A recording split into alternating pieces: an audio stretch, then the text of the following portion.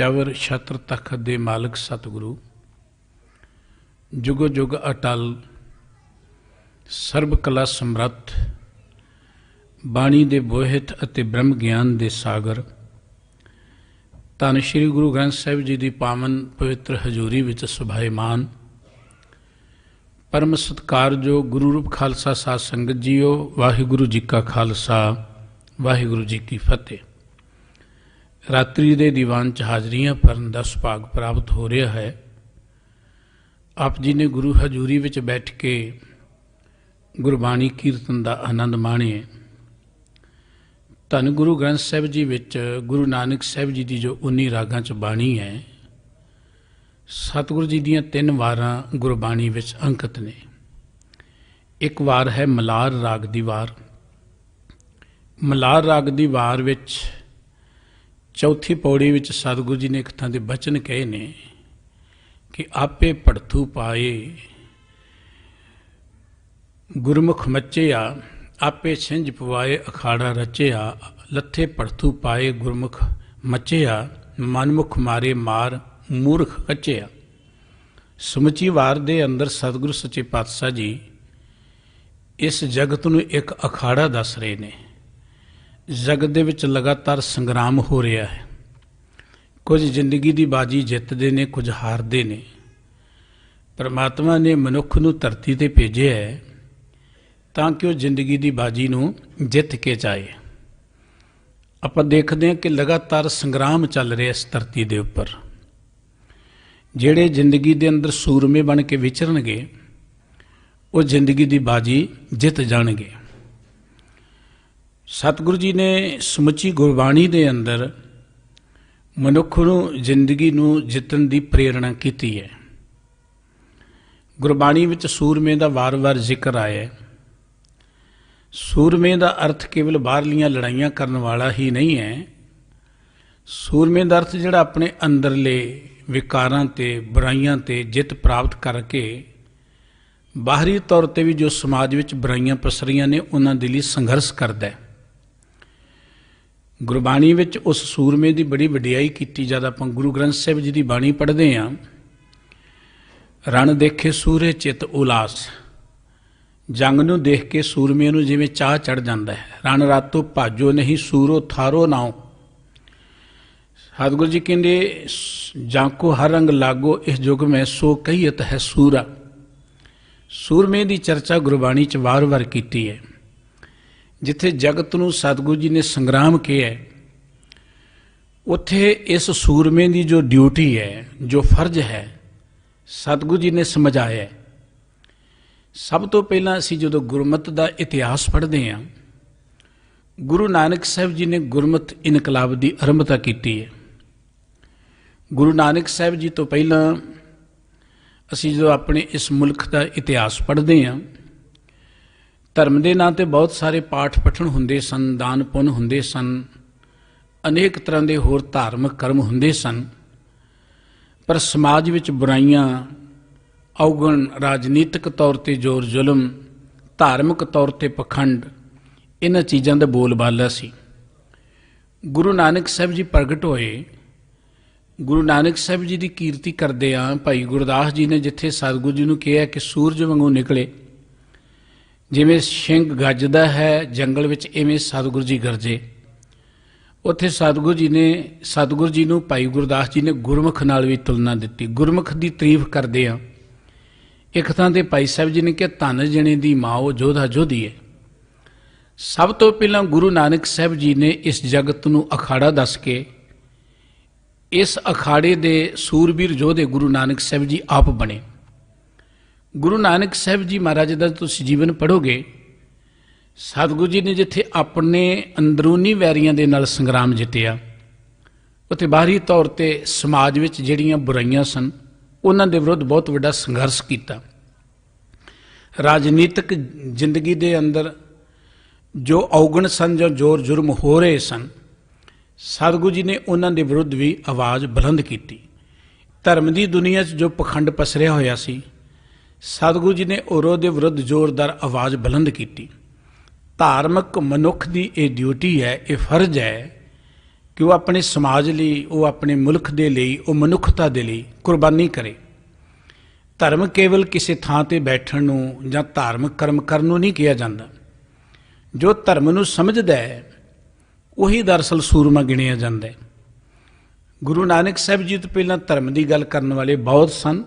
ਧਰਮ ਦੇ ਨਾਂ 'ਤੇ ਸਥਾਨ ਬੜੇ ਸਨ, ਧਾਰਮਿਕ ਲੋਕ ਬੜੇ ਸਨ, ਪਰ ਸਮਾਜ ਦੀਆਂ ਕੁਰੀਤੀਆਂ ਵੱਲ ਜਾਂ ਰਾਜਨੀਤਿਕ ਤੋਂ ਜੋ ਜ਼ੋਰ ਜ਼ੁਲਮ ਸੀ ਉਧਰ ਧਿਆਨ ਕਿਸੇ ਦਾ ਨਾ ਗਿਆ। ਗੁਰੂ ਨਾਨਕ ਸਾਹਿਬ ਜੀ ਨੇ ਜੋ ਇਨਕਲਾਬ ਸ਼ੁਰੂ ਕੀਤਾ, ਸਰਬੱਤ ਗੁਰੂ ਸਾਹਿਬ ਜੀ ਦਾ ਅਸੀਂ ਇਤਿਹਾਸ ਪੜ੍ਹ ਲਈਏ।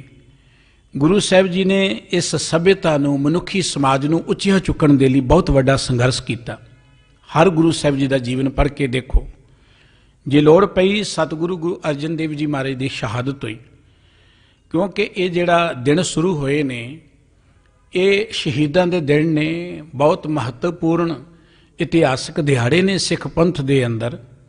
ਇਸ ਕਰਕੇ ਅਸੀਂ ਉਹ ਜਿਹੜਾ ਸ਼ਹੀਦੀ ਸੰਗਰਾਮ ਹੈ ਗੁਰਮਤਿ ਦਾ, ਉਹਨੂੰ ਵਾਚਣਾ ਹੈ ਕਿ ਉਹਦੇ ਮਗਰ ਸਤਿਗੁਰੂ ਜੀ ਦੀ ਸੋਚ ਕੀ ਹੈ, ਜਾਂ ਇੱਥੇ ਤੱਕ ਇਹ ਸਾਰੀ ਗੱਲ ਆਈ ਹੈ, ਇਹਦਾ ਕਾਰਨ ਕੀ ਹੈ। ਗੁਰੂ ਨਾਨਕ ਸਾਹਿਬ ਜੀ ਮਹਾਰਾਜ ਨੇ ਗੱਲ ਸੱਚ ਦੀ ਸ਼ੁਰੂ ਕੀਤੀ, ਗੱਲ ਮਨੁੱਖਤਾ ਦੀ ਸ਼ੁਰੂ ਕੀਤੀ, ਬੁਰਾਈਆਂ ਦੇ ਵਿਰੁੱਧ ਸੰਗਰਾਮ ਸ਼ੁਰੂ ਕੀਤਾ। ਗੁਰੂ ਨਾਨਕ ਸਾਹਿਬ ਜੀ ਦੀ ਵਿਰੋਧਤਾ ਹੋਈ। ਗੁਰੂ ਨਾਨਕ ਸਾਹਿਬ ਜੀ ਨੂੰ ਲੋਕਾਂ ਨੇ ਕਿਤੇ ਭੂਤਨਾ ਵੀ ਕਿਹਾ, ਸਤਿਗੁਰੂ ਜੀ ਨੂੰ ਕਿਤੇ ਇੱਟੇ ਵੱਟੇ ਵੀ ਮਾਰੇ, ਕਿਤੇ ਟੰਗੋਂ ਪਕੜ ਘਸੀਟਿਆ। ਇਹ ਯਕੀਨਨ ਗੱਲ ਹੈ ਕਿ ਜੇ ਝੂਠ ਦੀ ਵਿਰੋਧਤਾ ਕਰਨੀ ਹੋਏਗੀ ਤੇ ਦੁਨੀਆ ਤੁਹਾਡੀ ਵਿਰੋਧਤਾ ਕਰੇਗੀ। ਗੁਰੂ ਅਰਜਨ ਦੇਵ ਜੀ ਮਹਾਰਾਜ ਸੱਚੇ ਪਾਤਸ਼ਾਹ ਜੀ ਦੀ ਸ਼ਹਾਦਤ ਦਾ ਮੁੱਖ ਕਾਰਨ ਕੀ ਹੈ? ਕੋਈ ਉਹਨਾਂ ਨੇ ਰਾਜ ਭਾਗ ਲਈ ਲੜਾਈ ਨਹੀਂ ਕੀਤੀ, ਕੋਈ ਉਹਨਾਂ ਨੇ ਕਿਸੇ ਦਾ ਅਸਥਾਨ ਨਹੀਂ ਦੱਬਿਆ, ਕੋਈ ਕਿਸੇ ਉਹਨਾਂ ਤੇ ਜ਼ੋਰ ਜ਼ੁਲਮ ਨਹੀਂ ਕੀਤਾ। ਉਹਨਾਂ ਦੀ ਸ਼ਹਾਦਤ ਦਾ ਮੁੱਖ ਕਾਰਨ ਇਹ ਹੈ ਕਿ ਉਹ ਸੱਚ ਦੀ ਆਵਾਜ਼ ਬੁਲੰਦ ਕਰਦੇ ਸਨ, ਔਰ ਇੱਥੋਂ ਤੱਕ ਉਹਨਾਂ ਨੇ ਕਰ ਦਿੱਤੀ ਕਿ ਉਹਨਾਂ ਸ੍ਰੀ ਗੁਰੂ ਗ੍ਰੰਥ ਸਾਹਿਬ ਜੀ ਮਹਾਰਾਜ ਦੀ ਸੰਪਾਦਨਾ ਕਰ ਦਿੱਤੀ। ਗੁਰੂ ਗ੍ਰੰਥ ਸਾਹਿਬ ਜੀ ਦੀ ਸੰਪਾਦਨਾ ਦਾ ਅਰਥ ਸੀ ਕਿ ਗੁਰਬਾਣੀ ਹਮੇਸ਼ਾ ਮਨੁੱਖੀ ਬਰਾਬਰਤਾ ਦੀ ਗੱਲ ਕਰੇਗੀ। ਗੁਰਬਾਣੀ ਹਮੇਸ਼ਾ ਧਰਮ ਦੀ ਦੁਨੀਆ ਜੋ ਪਖੰਡ ਹੈ ਉਹਦੀ ਵਿਰੋਧਤਾ ਕਰੇਗੀ। ਗੁਰਬਾਣੀ ਹਮੇਸ਼ਾ ਜੋ ਰਾਜਨੀਤੀ ਦੀ ਦੁਨੀਆ ਦੇ ਅੰਦਰ ਜੋ ਜ਼ੁਲਮ ਹੈ ਉਹਦੇ ਵਿਰੁੱਧ ਆਵਾਜ਼ ਬੁਲੰਦ ਕਰਦੀ ਰਹੇਗੀ। ਅਜਿਹੀਆਂ ਤਾਕਤਾਂ ਨੇ ਗੁਰੂ ਅਰਜਨ ਦੇਵ ਜੀ ਦੀ ਸ਼ਹਾਦਤ ਕੀਤੀ। ਗੁਰੂ ਹਰਗੋਬਿੰਦ ਸਾਹਿਬ ਜੀ ਮਹਾਰਾਜ ਤਖਤ ਤੇ ਬੈਠੇ, ਉਹਨਾਂ ਨੇ ਮੀਰੀ ਪੀਰੀ ਦਾ ਸੁਮੇਲ ਕੀਤਾ, ਭਗਤੀ ਨਾਲ ਸ਼ਕਤੀ ਦੀ ਗੱਲ ਤੋਰੀ। ਸਤਿਗੁਰੂ ਜੀ ਨੂੰ 4 ਜੰਗਾਂ ਵੀ ਲੜਨੀਆਂ ਪਈਆਂ। ਅੱਜ ਦਾ ਜਿਹੜਾ ਦਿਨ ਹੈ, ਇਹਨਾਂ ਦਿਨਾਂ 'ਚ ਸਤਿਗੁਰੂ ਜੀ ਦੀ ਇੱਕ ਜੰਗ ਹੋਈ ਮਾਲਵੇ ਦੀ ਧਰਤੀ, ਜਿਹਨੂੰ ਆਪਾਂ ਕਹਿੰਦੇ ਆ ਮਹਿਰਾਜ ਦਾ ਇਲਾਕਾ ਹੈ, ਨਥਾਣੇ ਦੀ ਢਾਬ ਤੇ। ਇਹ ਜੰਗ ਦਾ ਕਾਰਨ ਸੀ ਕਿ ਭਾਈ ਬਿਧੀ ਚੰਦ ਜੀ 2 ਘੋੜੇ ਜਿਹੜੇ ਹਕੂਮਤ ਨੇ ਖੋਹ ਲਏ ਸਨ ਜ਼ਬਰਦਸਤੀ ਸਿੱਖਾਂ ਪਾਸੋਂ। ਕਾਬਲ ਦਾ ਇੱਕ ਸਿੱਖ ਸਤਿਗੁਰੂ ਜੀ ਲਈ ਘੋੜੇ ਲਿਆ ਰਿਹਾ, ਬਹੁਤ ਕੀਮਤੀ ਬਹੁਮੁੱਲੇ ਘੋੜੇ, ਬੜੀ ਚੰਗੀ ਨਸਲ ਦੇ ਘੋੜੇ ਹਕੂਮਤ ਦੇ ਬੰਦਿਆਂ ਨੇ ਜ਼ਬਰਦਸਤੀ ਖੋਹ ਲਏ। ਭਾਈ ਬਿਧੀ ਚੰਦ ਜੀ ਆਪਣੀ ਦਲੇਰੀ ਨਾਲ, ਸਿਆਣਪ ਨਾਲ, ਸੂਝ-ਬੂਝ ਦੇ ਨਾਲ ਵਾਰੀ-ਵਾਰੀ ਉਹ ਘੋੜੇ ਕੱਢ ਲਿਆਏ ਸਨ, ਔਰ 35,000 ਫੌਜ ਲੈ ਕੇ ਕਾਬਲ ਬੇਗ, ਲੱਲਾ ਬੇਗ, ਉਹ ਮਹਿਰਾਜ ਦੇ ਇਲਾਕੇ ਤੇ ਸਤਿਗੁਰੂ ਜੀ ਤੇ ਹਮਲਾਵਰ ਹੋਏ। ਬੜੀ ਤਗੜੀ ਜੰਗ ਹੋਈ। ਇਸ ਜੰਗ ਵਿੱਚ ਸਤਿਗੁਰੂ ਜੀ ਦੇ ਸੂਰਮੇ ਵੀ ਮਾਰੇ ਗਏ, ਲੇਕਿਨ ਉਸ ਮੁਗਲਿਆ ਫੌਜ ਦੀ ਤਬਾਹੀ ਕਰ ਦਿੱਤੀ। ਮੇਰਾ ਕਹਿਣ ਤੋਂ ਭਾਵ ਕਿ ਗੁਰੂ ਹਰਗੋਬਿੰਦ ਸਾਹਿਬ ਜੀ ਨੇ ਉਸ ਹੱਕ ਸੱਚ ਦੀ ਆਵਾਜ਼ ਨੂੰ ਬੁਲੰਦ ਕਰਨ ਦੇ ਲਈ ਸ਼ਸਤਰਧਾਰੀ ਇਨਕਲਾਬ ਵੀ ਸ਼ੁਰੂ ਕੀਤਾ। ਜਦੋਂ ਅਸੀਂ ਗੁਰਮਤਿ ਦੇ ਇਸ ਸ਼ਹੀਦੀ ਸੰਗਰਾਮ ਦਾ ਇਤਿਹਾਸ ਪੜ੍ਹਦੇ ਹਾਂ ਨਾ, ਪਹਿਲੀ ਗੱਲ ਸ਼ਹੀਦੀ ਦਾ ਜੋ ਨਾਦ ਹੈ, ਜਾਂ ਜਿਹਨੂੰ ਆਪਾਂ ਕਹਿ ਸਕਦੇ ਧੁਨ ਹੈ, ਉਹ ਗੁਰਮਤਿ ਕਾਲ ਤੋਂ ਹੀ ਗੱਜਦੀ ਹੈ। ਉਦੋਂ ਪਹਿਲਾਂ ਆਪਣੇ ਮੁਲਕ ਦੇ ਅੰਦਰ ਸ਼ਹੀਦੀ, ਸ਼ਹਾਦਤ ਇਹ ਕੰਮ ਨਹੀਂ ਸੀ। ਉਹ ਤੇ ਇਹੀ ਗਿਣਿਆ ਜਾਂਦਾ ਸੀ ਕਿ ਜਿਹੜੇ ਦੁੱਖ ਮਿਲਦੇ ਨੇ ਬੰਦੇ ਨੂੰ ਆਪਣੇ ਕਰਮਾਂ ਕਰਕੇ ਮਿਲੇ ਨੇ, ਔਰ ਇਸ ਕਰਕੇ ਬੰਦਾ ਸ਼ਹੀਦੀ ਕਿੱਥੋਂ ਪਾਏਗਾ। ਉਹ ਤੇ ਕੁਰਬਾਨੀਆਂ ਦੀ ਗੱਲ ਸੀ, ਜਾਂ ਹੋਰ ਪੂਜਾ ਪਾਠ ਦੀ ਗੱਲ ਸੀ, ਜਗ ਦੀ ਗੱਲ ਸੀ, ਤਪ ਦੀ ਗੱਲ ਸੀ, ਬਲੀਆਂ ਦੀ ਗੱਲ ਸੀ। ਗੁਰੂ ਨਾਨਕ ਸਾਹਿਬ ਜੀ ਮਹਾਰਾਜ ਨੇ ਕਿਹਾ ਕਿ ਜੇ ਤੁਸੀਂ ਇਸ ਜਗਤ ਅੰਦਰ ਜ਼ਿੰਦਗੀ ਨੂੰ ਸੁਖੀ ਤੇ ਆਨੰਦਿਤ ਬਣਾਉਣਾ ਚਾਹੁੰਦੇ ਹੋ, ਫਿਰ ਪਿਆਰ ਦੇ ਮਾਰਗ ਤੇ ਚੱਲੋ। ਇਸ ਪਿਆਰ ਦੇ ਮਾਰਗ ਤੇ ਸਿਰਫ ਲੋਕਾਂ ਨੂੰ ਦੇਣ ਲਈ ਅਸੀਂ ਆਏ ਹਾਂ, ਕੁਝ ਲੈਣ ਲਈ ਨਹੀਂ ਹੈ। ਉਹਦੇ ਲਈ ਸਿਰ ਤਲੀ ਤੇ ਰੱਖ ਕੇ ਤੁਰਨਾ ਪੈਂਦਾ। ਜੋ ਤੋ ਪ੍ਰੇਮ ਖਿਲਣ ਕਾ ਚਾਓ, ਸਿਰ ਤਰ ਤਲੀ ਗਲੀ ਮੇਰੀ ਆਓ, ਇਤ ਮਾਰਗ ਪੈਰ ਧਰੀਜੇ, ਸਿਰ ਦੀਜੇ ਕਣ ਨਾ ਕੀਜੇ। ਗੁਰਮਤਿ ਦਾ ਇਹ ਸ਼ਹੀਦੀ ਦਾ ਜੋ ਨਾਦ ਹੈ, ਸਭ ਤੋਂ ਪਹਿਲਾਂ ਲਾਹੌਰ ਵਿੱਚ ਗੂੰਜਦਾ। ਇਹ ਲਾਹੌਰ ਵਿੱਚ ਸਤਿਗੁਰੂ ਜੀ ਨੇ ਜੋ ਸ਼ਹਾਦਤ ਨੂੰ ਪ੍ਰਾਪਤ ਕੀਤਾ, ਇਹਦਾ ਕਾਰਨ ਸੀ ਹੱਕ ਸੱਚ ਦੇ ਲਈ, ਗੁਰਬਾਣੀ ਦੀ ਵਡਿਆਈ ਦੇ ਲਈ, ਗੁਰਬਾਣੀ ਦੀ ਅਖੰਡਤਾ ਦੇ ਲਈ ਸਤਿਗੁਰੂ ਸੱਚੇ ਪਾਤਸ਼ਾਹ ਦੀ ਸ਼ਹੀਦੀ ਹੋਈ ਹੈ। ਉੱਥੇ ਕੋਈ ਸਤਿਗੁਰੂ ਜੀ ਦਾ ਨਿੱਜੀ ਸਵਾਰਥ ਨਹੀਂ ਹੈ। ਕੋਈ ਸਤਿਗੁਰੂ ਜੀ ਨੇ ਕਿਸੇ ਦੇ ਨਾਲ ਕੋਈ ਜ਼ੋਰ ਜ਼ੁਲਮ ਨਹੀਂ ਕੀਤਾ, ਨਾ ਕੋਈ ਕਿਸੇ ਦੇ ਨਾਲ ਸਤਿਗੁਰੂ ਜੀ ਨੇ ਵਿਤਕਰਾ ਕੀਤਾ, ਕਿਉਂਕਿ ਸਤਿਗੁਰੂ ਜੀ ਦੇ ਉੱਪਰ ਇਹ ਸ਼ਰਤ ਸੀ ਕਿ ਗੁਰਬਾਣੀ 'ਚ ਸਾਡੀ ਮਰਜ਼ੀ ਅਨੁਸਾਰ ਕੁਝ ਪਾ ਦਿਓ। ਹਕੂਮਤਾਂ ਚਾਹੁੰਦੀਆਂ ਨੇ ਕਿ ਜੋ ਵੀ ਧਰਮ ਹੋਏ ਨਾ ਉਹ ਸਾਡੀ ਮਰਜ਼ੀ ਅਨੁਸਾਰ ਚੱਲੇ। ਅੱਜ ਵੀ ਅਸੀਂ ਦੇਖਦੇ ਹਾਂ ਰਾਜਨੀਤਿਕ ਲੋਕਾਂ ਦਾ ਜੋ ਜ਼ੋਰ ਪੈਂਦਾ ਹੈ, ਉਹ ਧਾਰਮਿਕ ਲੋਕਾਂ ਨੂੰ ਆਪਣੀ ਮਰਜ਼ੀ ਅਨੁਸਾਰ ਵਰਤ ਲੈਂਦੇ ਨੇ, ਆਪਣੇ ਸਵਾਰਥ ਦੇ ਲਈ। ਆਪਣੇ ਲੋਕ ਵੀ ਵਰਤਦੇ ਨੇ, ਪਰ ਇਹ ਗੁਰਮਤਿ ਮਾਰਗ ਤੋਂ ਵਿਰੁੱਧ ਗੱਲ ਹੈ। ਸਤਿਗੁਰੂ ਜੀ ਦੀ ਸ਼ਹਾਦਤ ਹੋ ਗਈ, ਪਰ ਉਹਨਾਂ ਗੁਰਬਾਣੀ ਦੇ ਵਿੱਚ ਕੋਈ ਛੇੜਛਾੜ ਕਰਨ ਤੋਂ ਇਨਕਾਰ ਕਰ ਦਿੱਤਾ, ਗੁਰਬਾਣੀ ਨੂੰ ਬਦਲਣ ਤੋਂ ਇਨਕਾਰ ਕਰ ਦਿੱਤਾ। ਇਸ ਸ਼ਹੀਦੀ ਦਾ ਦੂਸਰਾ ਨਾਦ ਚਾਂਦਨੀ ਚੌਂਕ ਵਿੱਚ ਵਾਪਰਦਾ। ਚਾਂਦਨੀ ਚੌਂਕ ਵਿੱਚ ਸਤਿਗੁਰੂ ਜੀ ਦੇ ਪਿਆਰੇ ਗੁਰਸਿੱਖਾਂ ਦੀ ਸ਼ਹਾਦਤ, ਧੰਨ ਗੁਰੂ ਤੇਗ ਬਹਾਦਰ ਸਾਹਿਬ ਜੀ ਦੀ ਸ਼ਹਾਦਤ। ਉੱਥੇ ਸਤਿਗੁਰੂ ਜੀ ਦਾ ਮੁੱਖ ਮਕਸਦ ਇਹ ਸੀ ਕਿ ਕਿਸੇ ਤੇ ਨਿਤਾਣੇ ਬੰਦੇ ਤੇ ਜ਼ੋਰ ਜ਼ੁਲਮ ਨਹੀਂ ਹੋਣ ਦੇਣਾ। ਜੋ ਵੀ ਕਿਸੇ ਨਿਤਾਣੇ ਤੇ ਜਾਂ ਕਿਸੇ ਕਮਜ਼ੋਰ ਤੇ ਜ਼ੁਲਮ ਕਰਦਾ ਉਹ ਨਹੀਂ ਹੋਣ ਦੇਣਾ। ਸਤਿਗੁਰੂ ਸੱਚੇ ਪਾਤਸ਼ਾਹ ਜੀ ਦੀ ਸ਼ਹਾਦਤ ਹੋਈ ਹੈ। ਪਹਿਲਾ ਜੋ ਸਤਿਗੁਰੂ ਜੀ ਦੀ ਸ਼ਹਾਦਤ ਦਾ ਕਾਰਨ ਸੀ ਉਹ ਸੀ ਹੱਕ ਸੱਚ ਦੀ ਗੱਲ, ਗੁਰਬਾਣੀ ਦੀ ਗੱਲ। ਦੂਜਾ ਕਾਰਨ ਸੀ ਕਿ ਮਜ਼ਲੂਮ ਦੀ ਰੱਖਿਆ ਦੇ ਲਈ, ਨਿਤਾਣੇ ਲੋਕਾਂ ਦੇ ਲਈ ਢਾਲ ਬਣ ਕੇ ਸਤਿਗੁਰੂ ਸੱਚੇ ਪਾਤਸ਼ਾਹ ਜੀ ਖਲੋ ਗਏ। ਹੁਣ ਜੇ ਅਸੀਂ ਕਹੀਏ ਕਿ ਦੁੱਖ ਕਰਮਾਂ ਦਾ ਹੀ ਹੈ, ਹੁਣ ਸਤਿਗੁਰੂ ਜੀ ਨੇ ਤਾਂ ਕੋਈ ਮਾੜਾ ਕਰਮ ਨਹੀਂ ਕੀਤਾ। ਜੇ ਆਪਾਂ ਇਹ ਡਰਦੇ ਰਹੀਏ ਕਿ ਦੁੱਖ ਤੋਂ ਬਿਨਾਂ, ਕਿਉਂਕਿ ਆਪਣੇ ਮੁਲਕ ਦੇ ਅੰਦਰ ਇੱਕ ਸੋਚ ਪ੍ਰਚਾਰੀ ਗਈ ਹੈ, ਉਹ ਸੋਚ ਕੀ, ਭਾਵੇਂ ਧਰਮ ਦੀ ਦੁਨੀਆ 'ਚ ਜਾਓ ਉੱਥੇ ਵੀ ਮੌਤ ਤੋਂ ਬਚਣ ਦੀ ਗੱਲ ਕਹੀ ਗਈ ਹੈ। ਵੱਡੇ ਵੱਡੇ ਜੋਗੀ ਤਪ ਕਰਦੇ ਨੇ, ਉਹ ਵੀ ਮੌਤ ਤੋਂ ਬਚਣ ਦੇ ਉਪਾਅ ਦੱਸਣਗੇ, ਉਮਰ ਨੂੰ ਵਧਾਉਣ ਦੇ ਉਪਾਅ ਦੱਸਣਗੇ। ਧਾਰਮਿਕ ਲੋਕ ਵੀ ਮੌਤ ਤੋਂ, ਦੁੱਖਾਂ ਤੋਂ ਬਚਣ ਦੀ ਗੱਲ ਹੀ ਕਰਨਗੇ। ਲੇਕਿਨ ਗੁਰਮਤਿ ਨੇ ਇਸ ਡਰ ਨੂੰ ਕੱਟ ਕੇ ਕਿ ਮੌਤ ਤੇ ਇੱਕ ਯਕੀਨਨ ਸੱਚ ਹੈ, ਇਹਨੂੰ ਕੋਈ ਬਦਲ ਨਹੀਂ ਸਕਦਾ, ਇਹਨੂੰ ਕੋਈ ਝੁਠਲਾ ਨਹੀਂ ਸਕਦਾ। ਉਹ ਵਾਹਿਗੁਰੂ ਜੀ ਦੇ ਹੁਕਮ ਦੇ ਅੰਦਰ ਜੋ ਆਵੇ ਆਇਆ ਸੋ ਚੱਲ ਸੀ, ਇਹ ਤੇ ਯਕੀਨ ਹੈ ਕਿ ਇਹਨੂੰ ਕੋਈ ਟਾਲ ਨਹੀਂ ਸਕਦਾ। ਜਿੰਨੀਆਂ ਮਰਜ਼ੀ ਤੁਸੀਂ ਅਰਦਾਸਾਂ ਕਰ ਲਓ, ਜਿੰਨੇ ਮਰਜ਼ੀ ਤੁਸੀਂ ਯਤਨ ਕਰ ਲਓ, ਵਾਹਿਗੁਰੂ ਦਾ ਹੁਕਮ ਹੋ ਜੇ ਤੇ ਇਹਨੂੰ ਕੋਈ ਟਾਲ ਨਹੀਂ ਸਕਦਾ। ਇਸ ਕਰਕੇ ਜਦੋਂ ਇਹ ਟਾਲਣਾ ਹੀ ਨਹੀਂ ਹੈ ਤੇ ਇਹਦੇ ਤੋਂ ਬਚਣ ਦੇ ਲਈ ਉਪਾਅ ਕਰਨਾ ਤੇ ਅਕਾਰਥ ਹੀ ਹੈ ਨਾ, ਬਿਰਥਾ ਹੀ ਹੈ ਨਾ। ਇੱਥੇ ਗੁਰਮਤਿ ਨੇ ਉਹ ਡਰ ਕੱਟ ਕੇ ਇਸ ਮੌਤ ਨੂੰ ਸੁਹੇਲਿਆਂ ਤੇ ਸਫਲ ਬਣਾਉਣ ਦੀ ਗੱਲ ਕੀ, ਜ਼ਿੰਦਗੀ ਨੂੰ ਸਫਲ ਬਣਾਉਣ ਦੀ ਗੱਲ ਕੀ। ਧੰਨ ਗੁਰੂ ਤੇਗ ਬਹਾਦਰ ਸਾਹਿਬ ਜੀ ਦੀ ਸ਼ਹਾਦਤ ਹੋਈ, ਉਹ ਨਿਰੋਲ ਸੀ ਮਜ਼ਲੂਮਾਂ ਦੀ ਖਾਤਰ, ਧਰਮ ਦੀ ਸੁਤੰਤਰਤਾ ਦੀ ਖਾਤਰ। ਇਹ ਦੂਸਰਾ ਗੁਰਮਤਿ ਦਾ ਸ਼ਹੀਦੀ ਸੰਗਰਾਮ ਹੈ। ਜਦੋਂ ਅਸੀਂ ਅੱਗੇ ਚੱਲ ਕੇ ਇਤਿਹਾਸ ਪੜ੍ਹਦੇ ਹਾਂ, ਬੜਾ ਅਨੂਠਾ ਇਤਿਹਾਸ ਹੈ। ਗੁਰੂ ਨਾਨਕ ਸਾਹਿਬ ਜੀ ਤੋਂ ਗੱਲ ਕੁਰਬਾਨੀਆਂ ਦੀ, ਇਨਕਲਾਬ ਦੀ ਸ਼ੁਰੂ ਹੁੰਦੀ ਹੈ, ਲਗਾਤਾਰ ਇਹ ਚੱਲਦੀ ਰਹਿੰਦੀ ਹੈ। ਆਪਾਂ ਇਹ ਕਹਿ ਸਕਦੇ ਹਾਂ ਕਿ ਸਿੱਖੀ ਦਾ ਜੋ ਇਤਿਹਾਸ ਹੈ, ਉਹਦਾ ਇੱਕ ਇੱਕ ਦਿਨ ਜਿਹੜਾ ਹੈ, ਇੱਕ ਇੱਕ ਵਰਕਾ ਇਤਿਹਾਸ ਦਾ ਜਿਹੜਾ ਉਹ ਸ਼ਹੀਦਾਂ ਦੇ ਖੂਨ ਦੇ ਨਾਲ ਲਿਖਿਆ ਹੋਇਆ। ਉਦੋਂ ਬਾਅਦ ਦਾ ਜਦੋਂ ਇਸ ਇਤਿਹਾਸ ਪੜ੍ਹਦੇ ਹਾਂ, ਗੁਰੂ ਕਲਗੀਧਰ ਪਾਤਸ਼ਾਹ ਜੀ ਦੀਆਂ ਜੰਗਾਂ, ਸਤਿਗੁਰੂ ਜੀ ਦੇ ਸਾਹਿਬਜ਼ਾਦਿਆਂ ਦੀਆਂ ਸ਼ਹਾਦਤਾਂ, ਜੋ ਜ਼ੋਰ ਜੁਰਮ ਉਸ ਵੇਲੇ ਹਕੂਮਤ ਵੱਲੋਂ ਹੋਇਆ। ਸਤਿਗੁਰੂ ਜੀ ਦੇ ਅੱਗੇ ਵੀ ਇਹੀ ਗੱਲ ਸੀ ਕਿ ਤੁਸੀਂ ਸਾਡੀ ਮਰਜ਼ੀ ਅਨੁਸਾਰ ਚੱਲੋ, ਆਨੰਦਪੁਰ ਸਾਰੀਆਂ ਸਹੂਲਤਾਂ ਤੁਹਾਨੂੰ ਦਿੱਤੀਆਂ ਜਾਣਗੀਆਂ, ਪਰ ਤੁਸੀਂ ਲੋਕਾਂ ਦੀ ਗੱਲ ਨਾ ਕਰੋ, ਦੂਸਰਿਆਂ ਦੀ ਗੱਲ ਨਾ ਕਰੋ। ਸਤਿਗੁਰੂ ਸੱਚੇ ਪਾਤਸ਼ਾਹ ਜੀ ਨੇ ਇਹ ਗੱਲ ਮੰਨਣ ਤੋਂ ਇਨਕਾਰ ਕਰ ਦਿੱਤਾ ਕਿ ਜਿਨ੍ਹਾਂ ਲੋਕਾਂ ਨੂੰ ਤੁਸੀਂ ਗਰੀਬ ਕਹਿੰਦੇ ਹੋ, ਮਾੜੇ ਕਹਿੰਦੇ ਹੋ, ਜਿਨ੍ਹਾਂ ਨੂੰ ਮਜ਼ਲੂਮ ਕਹਿੰਦੇ ਹੋ, ਉਹਨਾਂ ਨੂੰ ਰਾਜੇ ਬਣਾਉਣਾ ਹੈ, ਉਹਨਾਂ ਨੂੰ ਮੈਂ ਉੱਚੀਆਂ ਚੁੱਕਣਾ। ਗੁਰੂ ਕਲਗੀਧਰ ਪਾਤਸ਼ਾਹ ਜੀ ਦੇ ਬਚਨ ਅਸੀਂ ਅਕਸਰ ਚੇਤੇ ਕਰਦੇ, ਜੋ ਇਤਿਹਾਸਕਾਰਾਂ ਲਿਖੇ ਨੇ ਕਿ ਜਿਨ ਕੀ ਜਾਤ ਔਰ ਕੁਲ ਮਾਹੀ, ਸਰਦਾਰੀ ਨ ਪਹੀ ਕਦਾਹੀ, तिन्हीं को सरदार बनाऊं, राज करन की नीस खाऊं, चिड़ियों से मैं बाज तड़ाऊं, 1.25 लाख से एक लड़ाऊं, तबे गोबिंद सिंह नाम कहूं। धन गुरु गोबिंद सिंह साहब जी दी सारियां जंगां दा कारण यही है कि सतगुरु जी ने मजलूमां नूं, गरीबां नूं, जो लताड़े हुए लोग सन, उन्हां नूं उत्चे उठाउण दी जिम्मेवारी लै लई कि इन्हां नूं नीवें नहीं रहण देना, इन्हां नूं माड़े नहीं रहण देना। सतगुरु जी की विरोधता अपने मुल्क के लोगों ने भी की। सब तो ज़्यादा विरोधता की हिंदुस्तानियों ने सतगुरु सच्चे पातशाह जी की। ਉਹਦਾ ਕਾਰਨ ਹੈ ਕਿ ਇਹ ਵੀ ਨਹੀਂ ਚਾਹੁੰਦੇ, ਸਭ ਤੋਂ ਵੱਡਾ ਵੈਰ ਵਿਤਕਰਾ ਤੇ ਆਪਣੇ ਮੁਲਕ ਅੰਦਰ ਵਰਨ ਵੰਡ ਦੇ ਨਾਂ ਦੇ ਵਿੱਚ, ਕਿ ਇੱਕ ਕਹਿੰਦਾ ਮੈਂ ਬਹੁਤ ਉੱਚਾ ਹੈ, ਦੂਜਾ ਨੀਵਾਂ ਹੈ, ਉਹਨੂੰ ਦਲਿਤ ਕਹਿ ਕੇ ਤਿਰਸਕਾਰਿਆ ਗਿਆ, ਸ਼ੂਦਰ ਹੈ, ਉਹਦੇ ਤੋਂ ਭਿੱਟੇ ਜਾਵਾਂਗੇ ਅਸੀਂ ਉਹਦੇ ਤੋਂ। ਹੈਰਾਨੀ ਦੀ ਗੱਲ ਹੈ, ਇਹੀ ਮਨੁੱਖ ਜਿਨ੍ਹਾਂ ਨੂੰ ਇੱਥੇ ਅਸੀਂ ਸ਼ੂਦਰ ਕਹਿੰਦੇ ਹਾਂ ਜਾਂ ਦਲਿਤ ਕਹਿੰਦੇ ਹਾਂ, ਜਦੋਂ ਕਿਤੇ ਬਾਹਰ ਜਾ ਕੇ ਕੰਮਕਾਰ ਕਰਨ, ਵੱਡੇ ਰੁਤਬੇ ਦੇ ਚੱਲ ਜਾਣ, ਫਿਰ ਕੋਈ ਹਰ ਕੋਈ ਉਹਨਾਂ ਦੇ ਕੋਲ ਬੈਠਣਾ ਚਾਹੁੰਦਾ, ਫਿਰ ਉਹ ਦਲਿਤ ਰਹਿ ਹੀ ਨਹੀਂ ਜਾਂਦੇ। ਇਹ ਸਿਰਫ ਸੋਚ ਸਾਡੇ ਇਸ ਖਿੱਤੇ ਦੇ ਅੰਦਰ ਹੈ, ਉਹ ਵੀ ਇੱਕ ਵਰਗ ਵੱਲੋਂ ਪਾਈ ਗਈ ਹੈ। ਉਹ ਵਰਗ ਜਿਹੜਾ ਵਿਹਲੜ ਰਹਿ ਕੇ ਲੋਕਾਂ ਦੀ ਪੂਜਾ ਪ੍ਰਤਿਸ਼ਠਾ ਤੇ ਆਪ ਮੌਜਾਂ ਮੰਨਣਾ ਚਾਹੁੰਦਾ ਹੈ, ਉਹਨੇ ਸਮਾਜ ਦੇ ਵਿੱਚ ਇੱਕ ਵੰਡ ਪੈਦਾ ਕਰ ਦਿੱਤੀ ਕਿ ਇਹਦਾ ਕੰਮ ਲੜਨਾ ਹੈ, ਇਹਦਾ ਕੰਮ ਛੋਟੇ-ਮੋਟੇ ਕੰਮ ਕਰਨਾ ਹੈ, ਇਹਦਾ ਕੰਮ ਪਾਠ ਪਠਨ ਕਰਨਾ ਹੈ। ਗੁਰਮਤਿ ਨੇ ਇਹਦੇ ਵਿਰੁੱਧ ਇੱਕ ਇਨਕਲਾਬ ਸ਼ੁਰੂ ਕੀਤਾ, ਮਨੁੱਖੀ ਬਰਾਬਰਤਾ ਦੀ ਗੱਲ ਸ਼ੁਰੂ ਕੀਤੀ। ਗੁਰੂ ਗੋਬਿੰਦ ਸਿੰਘ ਸਾਹਿਬ ਜੀ ਮਹਾਰਾਜ ਦੇ ਵਿਰੁੱਧ ਉਹ ਜੰਗਾਂ ਹੋਈਆਂ।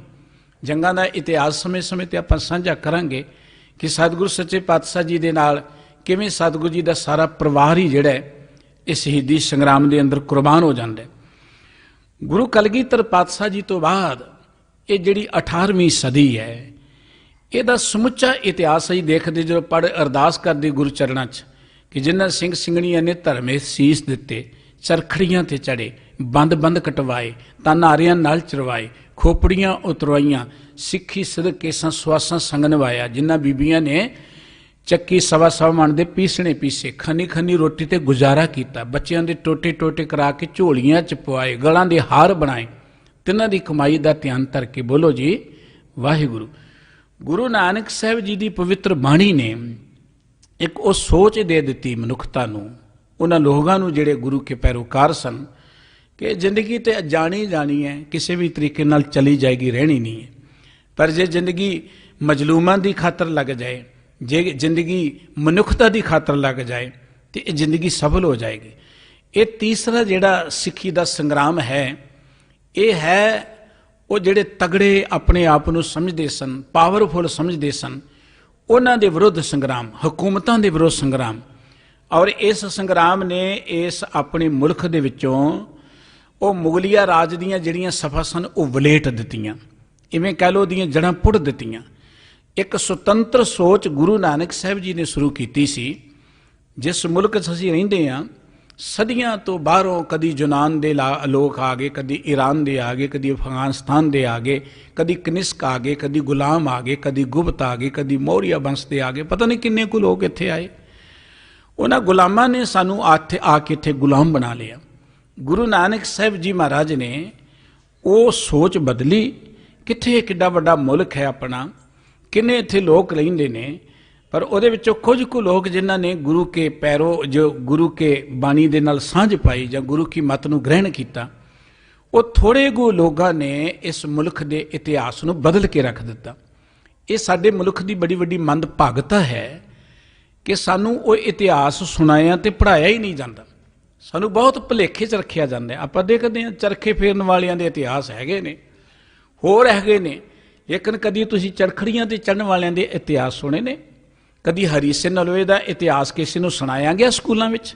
ਕਦੀ ਬੰਦਾ ਸਿੰਘ ਬਹਾਦਰ ਦੀ ਸ਼ਹਾਦਤ ਸੁਣਾਈ, ਜਿਹਨੇ ਸਭ ਤੋਂ ਪਹਿਲਾਂ ਇਸ ਇਲਾਕੇ ਦੇ ਵਿੱਚ ਮੁਗਲਿਆ ਰਾਜ ਨੂੰ ਪੁੱਟ ਕੇ ਇੱਥੇ ਇੱਕ ਆਜ਼ਾਦ ਰਾਜ ਕਾਇਮ ਕੀਤਾ ਸੀ? ਕਦੀ ਕਿਸੇ ਨੂੰ ਪਤਾ ਨਹੀਂ ਹੋਏਗਾ ਬੰਦਾ ਸਿੰਘ ਬਹਾਦਰ ਬਾਰੇ। ਉਹ ਕਿਉਂ ਨਹੀਂ ਸੁਣਾਇਆ ਜਾਂਦਾ? ਉਹ ਇਸੇ ਕਰਕੇ ਕਿ ਜੇ ਇਹਨਾਂ ਲੋਕਾਂ ਦਾ ਜਿਨ੍ਹਾਂ ਨੇ ਸਵੈਮਾਨ ਨਾਲ ਜੀਉਣ ਦੀ ਜਾਂਚ ਦੱਸੀ ਹੈ, ਆਪਣੇ ਲੋਕਾਂ ਨੂੰ ਇਤਿਹਾਸ ਸੁਣਾਇਆ ਜਾਏਗਾ ਤੇ ਆ ਕੁਝ ਕੁ ਲੋਕ ਜਿਹੜੇ ਆਪਣੇ ਮੁਲਕ ਤੇ ਕਬਜ਼ਾ ਕਰੀ ਬੈਠੇ ਨੇ, ਮਨੁੱਖਤਾ ਨੂੰ ਗੁਲਾਮ ਬਣਾਈ ਬੈਠੇ ਨੇ ਆਨੇ ਬਹਾਨੇ, ਲੋਕਤੰਤਰ ਦੇ ਬਹਾਨੇ, ਫਿਰ ਉਹਨਾਂ ਦੀ ਮਨਮਰਜ਼ੀ ਚੱਲਣੀ ਨਹੀਂ ਹੈ। ਅਸੀਂ ਆਜ਼ਾਦੀ ਦੀ ਗੱਲ ਕਰਦੇ ਹਾਂ ਕਿ ਸਾਡਾ ਮੁਲਕ ਆਜ਼ਾਦ ਹੈ। ਆਜ਼ਾਦੀ ਬੜੀ ਵਧੀਆ ਚੀਜ਼ ਹੈ, ਪਰ ਆਪਾਂ ਕਦੀ ਸੋਚਿਆ ਕਰੇ ਕਿੰਨਾ ਕੁ ਆਜ਼ਾਦ ਹੈ? ਮੀਡੀਆ ਆਜ਼ਾਦ ਹੈ? ਕਿੰਨੀ ਕੁ ਸੱਚ ਦੀ ਗੱਲ ਕਰਦਾ ਹੈ? ਜਿਹੜਾ ਸੱਚ ਦੀ ਗੱਲ ਕਰੇਗਾ ਉਹ ਚੈਨਲ ਹੀ ਬੰਦ ਹੋ ਜਾਣਗੇ। ਕੌਣ ਹੈ ਜਿਹੜਾ ਸੱਚ ਦੀ ਗੱਲ ਕਰਦਾ ਹੈ? ਆਜ਼ਾਦੀ ਇਹਨੂੰ ਨਹੀਂ ਕਿਹਾ ਜਾਂਦਾ ਕਿ ਝੰਡਾ ਚਲਾ ਲਿਆ ਤੇ ਆਜ਼ਾਦੀ ਦਾ ਦਿਨ ਆ ਗਿਆ। ਆਜ਼ਾਦੀ ਦਾ ਅਰਥ ਹੈ ਕਿ ਹਰ ਮਨੁੱਖ ਆਪਣੀ ਗੱਲ ਬਿਨਾਂ ਝਿਜਕ ਕੇ ਤੇ ਕਹਿ ਸਕੇ, ਪਰ ਜਿੱਥੇ ਕੋਈ ਸੱਚ ਦੀ ਗੱਲ ਕਰਦਾ ਉਹ ਜੇਲ੍ਹਾਂ 'ਚ ਹੀ ਰੁਲਦਾ ਫਿਰਦਾ। ਬਹੁਤ ਲੋਕ ਬੈਠੇ ਨੇ ਜੇਲ੍ਹਾਂ ਦੇ ਅੰਦਰ। ਗੁਰੂ ਨਾਨਕ ਸਾਹਿਬ, ਗੁਰੂ ਗੋਬਿੰਦ ਸਿੰਘ ਜੀ ਨੇ ਇਸ ਧਰਤੀ ਤੇ ਜਿਹੜੇ ਸਦੀਆਂ ਤੋਂ ਗੁਲਾਮ ਲੋਕ ਸਨ, ਉਹਨਾਂ ਦੀ ਆਜ਼ਾਦੀ ਦੀ ਗੱਲ ਸ਼ੁਰੂ ਕੀਤੀ, ਸੁਤੰਤਰਤਾ ਦੀ ਗੱਲ। ਸਭ ਤੋਂ ਪਹਿਲਾਂ ਸੁਤੰਤਰਤਾ ਹੁੰਦੀ ਮਾਨਸਿਕ ਸੁਤੰਤਰਤਾ, ਉਦੋਂ ਅੱਗੇ ਸੁਤੰਤਰਤਾ ਹੁੰਦੀ ਧਾਰਮਿਕ ਸੁਤੰਤਰਤਾ, ਉਦੋਂ ਬਾਅਦ ਰਾਜਨੀਤਿਕ ਸੁਤੰਤਰਤਾ ਦੀ ਗੱਲ ਸ਼ੁਰੂ ਹੁੰਦੀ ਹੈ। ਪਰ ਜਦੋਂ ਲੋਕ ਮਾਨਸਿਕ ਤੌਰ 'ਤੇ ਹੀ ਗੁਲਾਮ ਹੋਣ, ਮਾਨਸਿਕ ਤੌਰ 'ਤੇ ਇੰਨੇ ਗੁਲਾਮ ਹੋ ਗਏ ਲੋਕ ਕਿ ਉਹ ਜਿੱਥੇ ਮਰਜ਼ੀ ਮੱਥੇ ਟੇਕੀ ਚਲੇ ਜਾਂਦੇ ਨੇ, ਜਿੱਧਰ ਮਰਜ਼ੀ ਉਹਨਾਂ ਦੀਆਂ ਭੀੜਾਂ ਇਕੱਠੀਆਂ ਕਰਕੇ।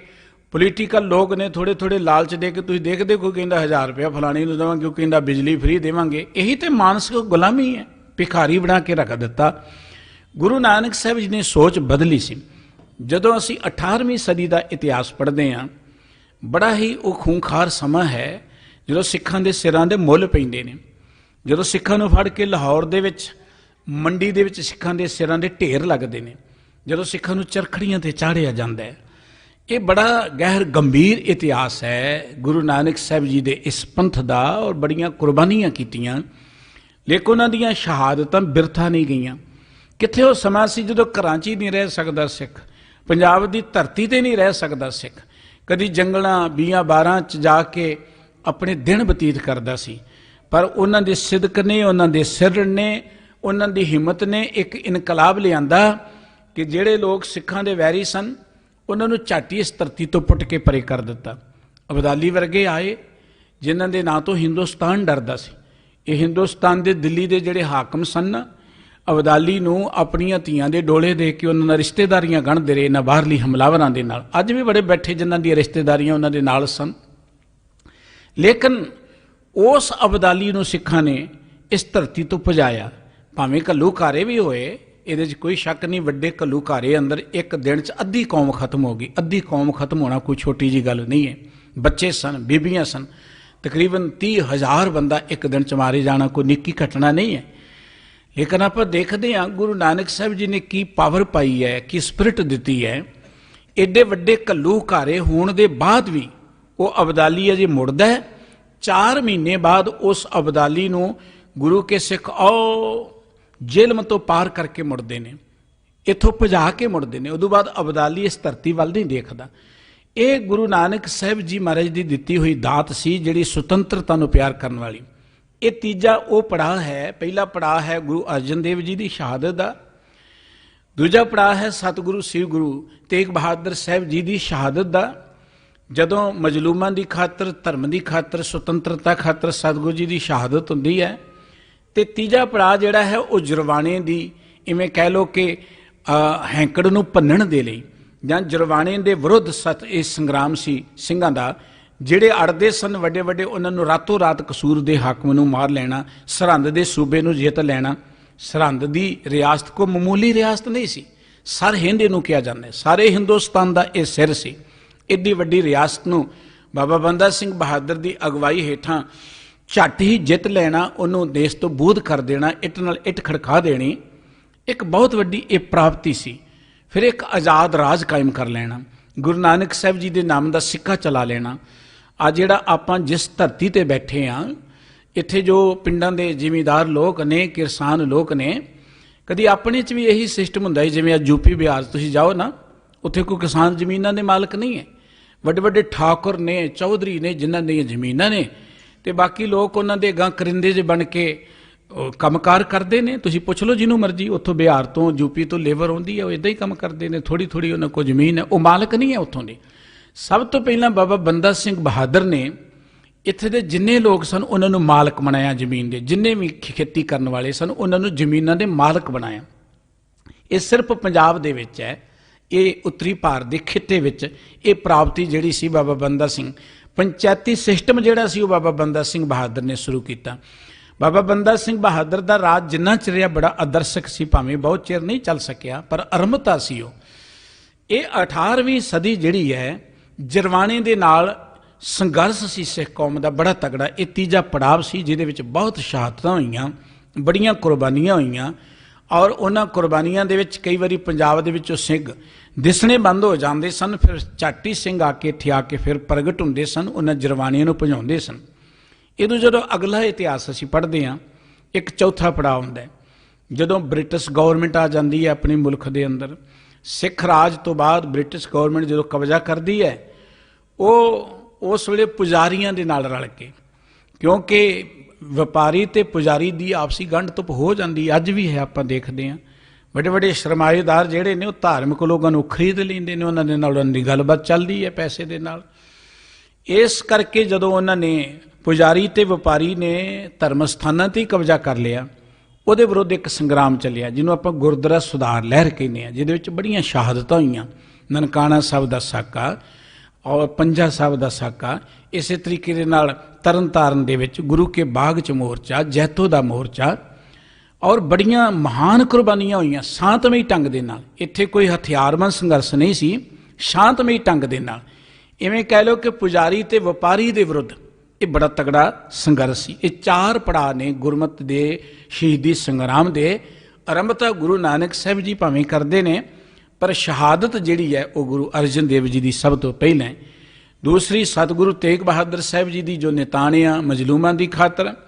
और तीसरा जिहड़ी दास्तान है वो है जरवानी हुकूमत के खिलाफ एक शस्त्रबद्ध इनकलाब, वड्डे पद्धर ते शहादतां। लेकिन जिहड़ा अगला फर्ज, क्योंकि गुरु नानक साहब जी ने जगत नूं संग्राम किया, इत्थे बचणगे वो जिहड़े इस संग्राम दे विच संघर्ष करते रहणगे, सुरमे बन के नितरनगे। कौमां भी उही बचदियां ने जिहड़ियां संग्राम करदियां ने। और इसे तरीके दे नाल मनुख भी जिंदगी दे विच कामयाब वो है जिहड़ा अपने मन दे नाल संग्राम करे, मन विचों बुराइयां नूं जिते। समाजिक तौर ते भी असीं तां ही ਉੱਚੇ ਉੱਠ सकते हैं ਜਦੋਂ ਅਸੀਂ समाज ਦੇ ਵਿੱਚ जो बुराइयां पसरदियां ने ਉਹਦੇ विरुद्ध संग्राम करांगे। सूरमा ਜਿਹੜਾ है, बहादुर ਜਿਹੜਾ है, ਉਹਦੀ ਇਹ ਡਿਊਟੀ ਹੁੰਦੀ ਹੈ ਆਪਣੇ ਅੰਦਰਲੇ ਤੇ ਬਾਹਰਲੇ बुराइयां ਦੇ ਉੱਪਰ ਜਿੱਤ ਪ੍ਰਾਪਤ ਕਰਨੀ। और इस तो अगला जिहड़ा पड़ाव गुरमत ने सानू दिता है, जो समझाया इन्हां सारियां तो एक सेध लैण वाला, वो पड़ाव ये है कि इस समाज दे अंदर जां इस धरती दे उपर एक इहो जिहा समाज पैदा करना, एक इहो जिहा सिस्टम पैदा करना जिन्हों हिंदू वीर राम राज कहते हैं, बाबा रविदास जी ने बेगमपुरा कहा, गुरबाणी ने हलेमी राज भी कहा है। एक इहो जिहा एक सिस्टम बने, प्रबंध बने जिहदे विच हर मनुख जिहड़ा वो बड़ा सुखी होए, धार्मिक तौर पर भी वो सुतंत्र होवे और राजनीतिक तौर पर भी उन्होंने कोई गुलाम ना बना सके, आर्थिक तौर पर भी वो सुतंत्र होवे, हर कोई जिहड़ा है वो खुशी जां जिंदगी का आनंद माणे। ये गुरमत दे इनकलाब का मुख मकसद ये है। किते भी गुरु नानक साहब जी ने मल्लां नहीं मारियां। गुरु नानक साहब जी तो देसां प्रदेसां किन्नी दूर गए, वो कोई एक खिते च नहीं गए, ना उन्होंने कहा कि इन्ने को इलाके च ही आपां ने जाना है। गुरु नानक साहब जी ने जो सिद्ध कहते ना कि बाबा नानक जी साडा पंथ बड़ा तगड़ा है, साडे आई पंथ च आ जाओ, तो बाबा जी कहते आई पंथी सगल जमाती, सारी दुनिया ही साडा आई पंथ है। गुरमत तो कहती मानस की जात सब है एक पहचान वो, समुची मनुख जाति जिहड़ी है वो इक्को ही है, बराबर ही है।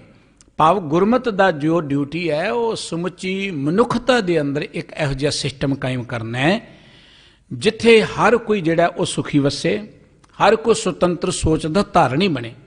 ये काम बड़ा वड्डा है और इवें कह लो कि सुपना गुरु नानक साहब जी महाराज का है। इनू पूरियां करन दे लई ही गुरसिख शहीदां ने, महापुरखां ने एडियां वड्डियां शहादतां दित्तियां। ये शहादतां दे दिन ने, इन्हां नूं चेते करदे हां जो मार्ग गुरु साहब जी ने दर्शाया है वो सानू हमेशा जेहन च रखना चाहिए है। गुरु रामदास जी महाराज ने अपनी पवित्र बाणी के अंदर सानू एक गल कही है कि असी गुरु के सिख बने आ ना, गुरु के सिख होने का साडे ते जिहड़ा दाग लग गया है ना, ये लथना नहीं है। असी गुरु दे करजाई हाँ, ये दाग दसदा असी गुरु दे करजाई, हमरे मस्तक दाग दगाना, हम कर्ज गुरु बहु साडे। वो गुरु का करजा तां उतर सकेगा जे असी गुरु दे पाए पूर्णियां ते चलदे हां, दर्शाए मार्ग ते चल के इस संग्राम विच नितरांगे। इस संग्राम दे विच असी बुराइयां दे खिलाफ संघर्ष करांगे। समाज विच जो अवगुण ने, बुराइयां ने, गुरबाणी ने ते समुचे तौर ते हर पखंड दे विरुद्ध, हर बुराई दे विरुद्ध जोरदार आवाज़ बुलंद की है। गुरु ग्रंथ साहिब जी की पवित्र बाणी केवल मत्था टेकण लई नहीं है। विद्वानां ने जदों तत्त कढ़िया वो कहंदे कि गुरु ग्रंथ साहिब जी ते गुरु पंथ ये समुची मानवता की एक अमोल विरासत है, ये समुची मानवता की सांझी विरासत है। भाव ये गुरु ग्रंथ ते गुरु पंथ जिहड़ा है ये समुची मानवता की खातर है। जिथे गुरु ग्रंथ साहिब जी की समुची बाणी समुची मानवता दे लई है, हर मनुख दे लई है, हर खिते दे लई है, हर किते दे लई है, हर वर्ण दे लई है, हर समाज दे लई है। क्योंकि गुरबाणी ने किते एक खिते की गल नहीं की। सतगुरु जी ने जदों गल की जगत जलंदा रख लै अपनी कृपा तार, सभे जी संभाल अपनी मेहर कर। और समुचे जगत लई गुरु ग्रंथ साहिब जी की पवित्र बाणी। इवें जदों असी पंथ की गल करते हैं ना, पंथ भी गुरु का जिहड़ा है वो समुची मानवता की अमोल विरासत है। जिथे भी धरती ते बदअमनी बेचैनी फैले, जिथे भी कोई धरती ते कोई किसी तरीके दे नाल मनुखता का नुकसान होए, कोई बीमारी आए, कोई रोग आए, कोई विपता आए, उन्हां थावां ते पहुंचना ये पंथ की ड्यूटी है। जिहड़े लोकी दरअसल पंथ की परिभाषा नूं ही नहीं जानते, जां पंथ के प्रति बहुत संकीर्ण जी सोच कुछ लोगों ने रखी है। दरअसल पिछले 1-1.5 साल तो ਪੰਥ ਦਾ ਉਹ ਜਿਹੜਾ ਅਸਲੀ ਚਿਹਰਾ ਹੈ, ਅਸਲੀ ਰੂਪ ਹੈ, ਉਹ ਲੋਕਾਂ ਦੇ ਸਾਹਮਣੇ ਆਇਆ ਹੈ। ਬਹੁਤ ਲੋਕ ਜਾਣ ਚੁੱਕੇ ਨੇ। ਖਾਸ ਕਰਕੇ ਜਿਹੜਾ ਕਿਸਾਨਾਂ ਦਾ ਸੰਘਰਸ਼ ਹੈ, ਇਹਦੇ ਵਿੱਚੋਂ ਬਹੁਤ ਕੁਝ ਵਧੀਆ ਜੋ ਨਿਕਲਿਆ ਹੈ। ਉਹ ਲੋਕ ਜਿਨ੍ਹਾਂ ਨੂੰ ਪਤਾ ਹੀ ਨਹੀਂ ਸੀ ਕਿ ਸਿੱਖ ਕੀ ਚੀਜ਼ ਹੈ, ਸਿੱਖ ਕੌਮ ਕੀ ਚੀਜ਼ ਹੈ। ਤੁਸੀਂ ਦੇਖੋਗੇ ਆਮ ਸੋਸ਼ਲ ਮੀਡੀਆ ਤੇ ਉਹ ਗੁਣ ਗਾਉਂਦੇ ਨੇ ਕਿ ਸਿੱਖੀ ਹੈ ਕੀ ਚੀਜ਼ ਹੈ, ਸਿੱਖ ਦਾ ਫਰਜ਼ ਕੀ ਹੈ, ਸਿੱਖਾਂ ਨੇ ਕੀਤਾ ਕੀ ਹੈ। ਹਾਲਾਂਕਿ ਮੋਰਚਾ ਇਕੱਲੇ ਸਿੱਖਾਂ ਦਾ ਨਹੀਂ ਸੀ, ਤੇ ਜ਼ਿਮੀਂਦਾਰਾਂ ਦਾ ਮੋਰਚਾ ਸੀ। ਲੇਕਿਨ ਇਸ ਮੋਰਚੇ ਨੂੰ ਜਿੱਤਣ ਪਿੱਛੇ ਜਿੱਥੇ ਜ਼ਿਮੀਂਦਾਰਾਂ ਦਾ ਯੋਗਦਾਨ, ਉੱਥੇ ਸਿੱਖ ਸੋਚ ਜਿਹੜੀ ਹੈ, ਹੁਣ ਉੱਥੇ ਨੇ ਲੰਗਰ ਚੱਲਦੇ ਰਹੇ ਨੇ, ਇੰਨੀਆਂ ਸੁੱਖ ਸਹੂਲਤਾਂ ਵਰਤਦੀਆਂ ਰਹੀਆਂ ਨੇ। ਉਹਦੇ ਮਗਰ ਫਲਸਫਾ ਤੇ ਗੁਰੂ ਨਾਨਕ ਸਾਹਿਬ ਜੀ ਮਹਾਰਾਜ ਦਾ ਵਰਤਦਾ ਰਿਹਾ ਨਾ। ਇਸ ਕਰਕੇ ਉਹਦੇ ਤੋਂ ਲੋਕ ਪ੍ਰਭਾਵਿਤ ਹੋਏ, ਉਹਦੇ ਤੋਂ ਲੋਕ ਜਾਣੂ ਵੀ ਹੋਏ, ਉਹਦੇ ਵੱਲ ਲੋਕ ਖਿੱਚੇ ਵੀ ਗਏ। ਇਸ ਕਰਕੇ ਮੈਂ ਬੇਨਤੀ ਕਰ ਰਿਹਾ, ਇਹ ਗੁਰੂ ਗ੍ਰੰਥ ਸਾਹਿਬ ਜੀ, ਗੁਰੂ ਪੰਥ, ਇਹ ਸਮੁੱਚੀ ਮਾਨਵਤਾ ਦੇ ਲਈ ਹੈ। ਤੇ ਮਨੁੱਖਤਾ ਨੂੰ ਹਮੇਸ਼ਾ ਆਸ ਵੀ ਹੈ, ਹਮੇਸ਼ਾ ਮਨੁੱਖਤਾ ਦੀਆਂ ਨਜ਼ਰਾਂ ਵੀ ਇੱਧਰ ਨੇ ਕਿ ਇਹ ਗੁਰੂ ਕਾ ਖਾਲਸਾ ਹੀ ਹੈ ਜਾਂ ਗੁਰੂ ਕਾ ਪੰਥ ਜਿਹੜਾ ਇਹ ਬਿਪਤਾ ਲਈ ਬੌੜਦਾ ਹੈ। ਗੁਰੂ ਨਾਨਕ ਸਾਹਿਬ ਜੀ ਨੇ ਇਸ ਸ਼ਹੀਦੀ ਸੰਗਰਾਮ ਦੀ ਆਰੰਭਤਾ ਕੀਤੀ। ਸਰਬੱਤ ਗੁਰੂ ਸਾਹਿਬ ਜੀ ਨੇ ਉਹਨੂੰ ਅੱਗੇ ਤੋਰਿਆ। ਗੁਰੂ ਕੇ ਖਾਲਸੇ ਨੇ ਬਹੁਤ ਵੱਡੀਆਂ ਘਾਲਣਾ ਇਹਦੇ ਲਈ ਘਾਲੀਆਂ। ਦੁਨੀਆ ਦੀਆਂ ਕੌਮਾਂ ਦਾ ਇਤਿਹਾਸ ਤੁਸੀਂ ਪੜ੍ਹ ਕੇ ਦੇਖ ਲਓ। ਸਭ ਤੋਂ ਛੋਟੀ ਜੀ ਉਮਰ ਹੈ ਗੁਰੂ ਕੇ ਖਾਲਸੇ ਦੀ, ਬਹੁਤ ਥੋੜੀ ਜੀ ਉਮਰ। कोई 5 को साल को बहुत वड्डी, 500 550 साल को उम्र को बहुत वड्डी नहीं होंगी। बहुत कौमां ने जड़ियाँ हज़ारां साल पुरानियां ने, उदों भी वड्डियां ने, गिणती करके भी वड्डियां ने। सिखां दी ते जदों गल आउंदी है कि सिर्फ ये कहते जी 2% ही ने, इन्हां नूं खत्म करना कोई औखा काम नहीं है। लेकिन सिख भावें किन्ने परसेंट भी होए, इकल्ला सिख जिहड़ा है ना, ਉਹਦੇ 'ਚ ਜੋ ਕੁਆਲਿਟੀ ਹੈ ਜਾਂ ਉਹਦੇ ਵਿੱਚ ਜੋ ਸਮਰੱਥਾ ਭਰੀ ਹੈ, ਉਹ ਗੁਰੂ ਸਾਹਿਬ ਜੀ ਨੇ 1.25 ਲੱਖ ਦੇ ਬਰਾਬਰ ਭਰੀ ਹੋਈ ਹੈ। ਜਿਹਨੂੰ ਅਸੀਂ 1.25 ਲੱਖ ਕਹਿੰਦੇ ਨਾ, ਕਿ ਇਕੱਲਾ ਸਿੱਖ ਜਿਹੜਾ 1.25 ਲੱਖ ਦੇ ਬਰਾਬਰ ਹੈ, ਇਹ ਕੋਈ ਐਵੇਂ ਕਹਾਵਤ ਨਹੀਂ ਹੈ ਜਾਂ ਅਤ ਕਥਨੀ ਨਹੀਂ ਹੈ। ਇਹਦਾ ਅਰਥ ਇਹ ਹੈ ਕਿ ਇਕੱਲੇ ਸਿੱਖ ਦੇ ਅੰਦਰ ਉਹ ਗੁਣ, ਉਹ ਕੁਆਲਿਟੀ, ਉਹ ਜ਼ੁਰਤ, ਉਹ ਹਿੰਮਤ, ਉਹ ਭਾਵਨਾ, ਉਹ ਸਿਦਕ ਪੈਦਾ ਕੀਤਾ ਗੁਰੂ ਨੇ, ਜੋ ਲੱਖਾਂ ਲੋਕਾਂ 'ਚ ਨਹੀਂ ਹੋ ਸਕਦਾ। ਲੱਖਾਂ 'ਚੋਂ ਨਹੀਂ ਮਿਲਣਗੇ, ਭੀੜਾਂ 'ਚੋਂ ਤੁਹਾਨੂੰ ਇਹ ਨਹੀਂ ਮਿਲੇਗਾ। ਜਿੱਥੇ ਲੱਖਾਂ ਨਹੀਂ ਠਹਿਰਦੇ, ਉੱਥੇ ਇਕੱਲਾ ਸਿੱਖ ਅੜ ਜਾਂਦਾ ਅੱਗੇ। ਭਾਵੇਂ ਉਹ ਮੈਦਾਨੇ ਜੰਗ 'ਚ ਬੁਰਾਈ ਦੇ ਖਿਲਾਫ ਡਟਣਾ ਹੋਏ, ਤੇ ਤਾਂ ਵੀ ਇਕੱਲਾ ਸਿੱਖ। ਆਪਾਂ ਚਮਕੌਰ ਦੀ ਗੜੀ ਦਾ ਇਤਿਹਾਸ ਪੜ੍ਹਦੇ ਹਾਂ, ਸਾਰਾ ਗੜੀ ਦਾ ਇਤਿਹਾਸ ਪੜ੍ਹਦੇ ਹਾਂ। ਬਾਬਾ ਗੁਰਬਖਸ਼ ਸਿੰਘ ਜੀ ਦੇ ਕੋਲ 30 ਬੰਦੇ ਨੇ, ਇੱਕ ਬੰਨੇ ਅਬਦਾਲੀ ਦੀਆਂ ਫੌਜਾਂ ਦੇ ਨਾਲ ਹਰਿਮੰਦਰ ਸਾਹਿਬ ਜੀ ਦੀ ਸੁਰੱਖਿਆ ਦੀ ਖਾਤਰ ਉਹ ਜੂਝ ਕੇ ਕੁਰਬਾਨ ਹੋ ਜਾਂਦੇ ਨੇ। ਅਬਦਾਲੀ ਨੂੰ ਅੰਦਰ ਨਹੀਂ ਵੜਨ ਦਿੰਦੇ। ਇਹ ਕੁਆਲਿਟੀ ਹੈ ਸਤਿਗੁਰੂ ਜੀ ਨੇ ਭਰੀ ਹੋਈ। ਜਿਵੇਂ ਅਮਰੀਕਾ ਦਾ ਡਾਲਰ ਇੱਥੇ ਆ ਕੇ 70-75 ਰੁਪਏ ਦਾ ਨਹੀਂ ਬਣ ਜਾਂਦਾ। ਹੈ ਤੇ ਉਹ ਵੀ ਕਾਗਜ਼ੀ ਹੈ, ਇੱਕੋ ਹੀ ਹੈ। ਲੇਕਿਨ ਸਾਡੇ 75 ਨੋਟ ਹੋਣ ਤੇ ਫਿਰ ਅਮਰੀਕਾ ਦਾ ਡਾਲਰ ਬਣਦਾ। ਇਸੇ ਤਰੀਕੇ ਨਾਲ ਗੁਰੂ ਸਾਹਿਬ ਨੇ ਇੱਕ ਕੁਆਲਿਟੀ, ਕਰੈਕਟਰ ਭਰ ਦਿੱਤਾ ਸਿੱਖ ਦੇ ਅੰਦਰ, ਇੱਕ ਗੁਣ ਭਰ ਦਿੱਤਾ ਕਿ ਲੱਖਾਂ ਲੋਕ ਉਹਦੀ ਬਰਾਬਰਤਾ ਨਹੀਂ ਕਰ ਸਕਦੇ। ਲੱਖਾਂ ਲੋਕ ਵੀ ਜਿਹੜੇ ਨੇ ਉਹਦੇ ਬਰਾਬਰ ਨਹੀਂ ਪਹੁੰਚ ਸਕਦੇ।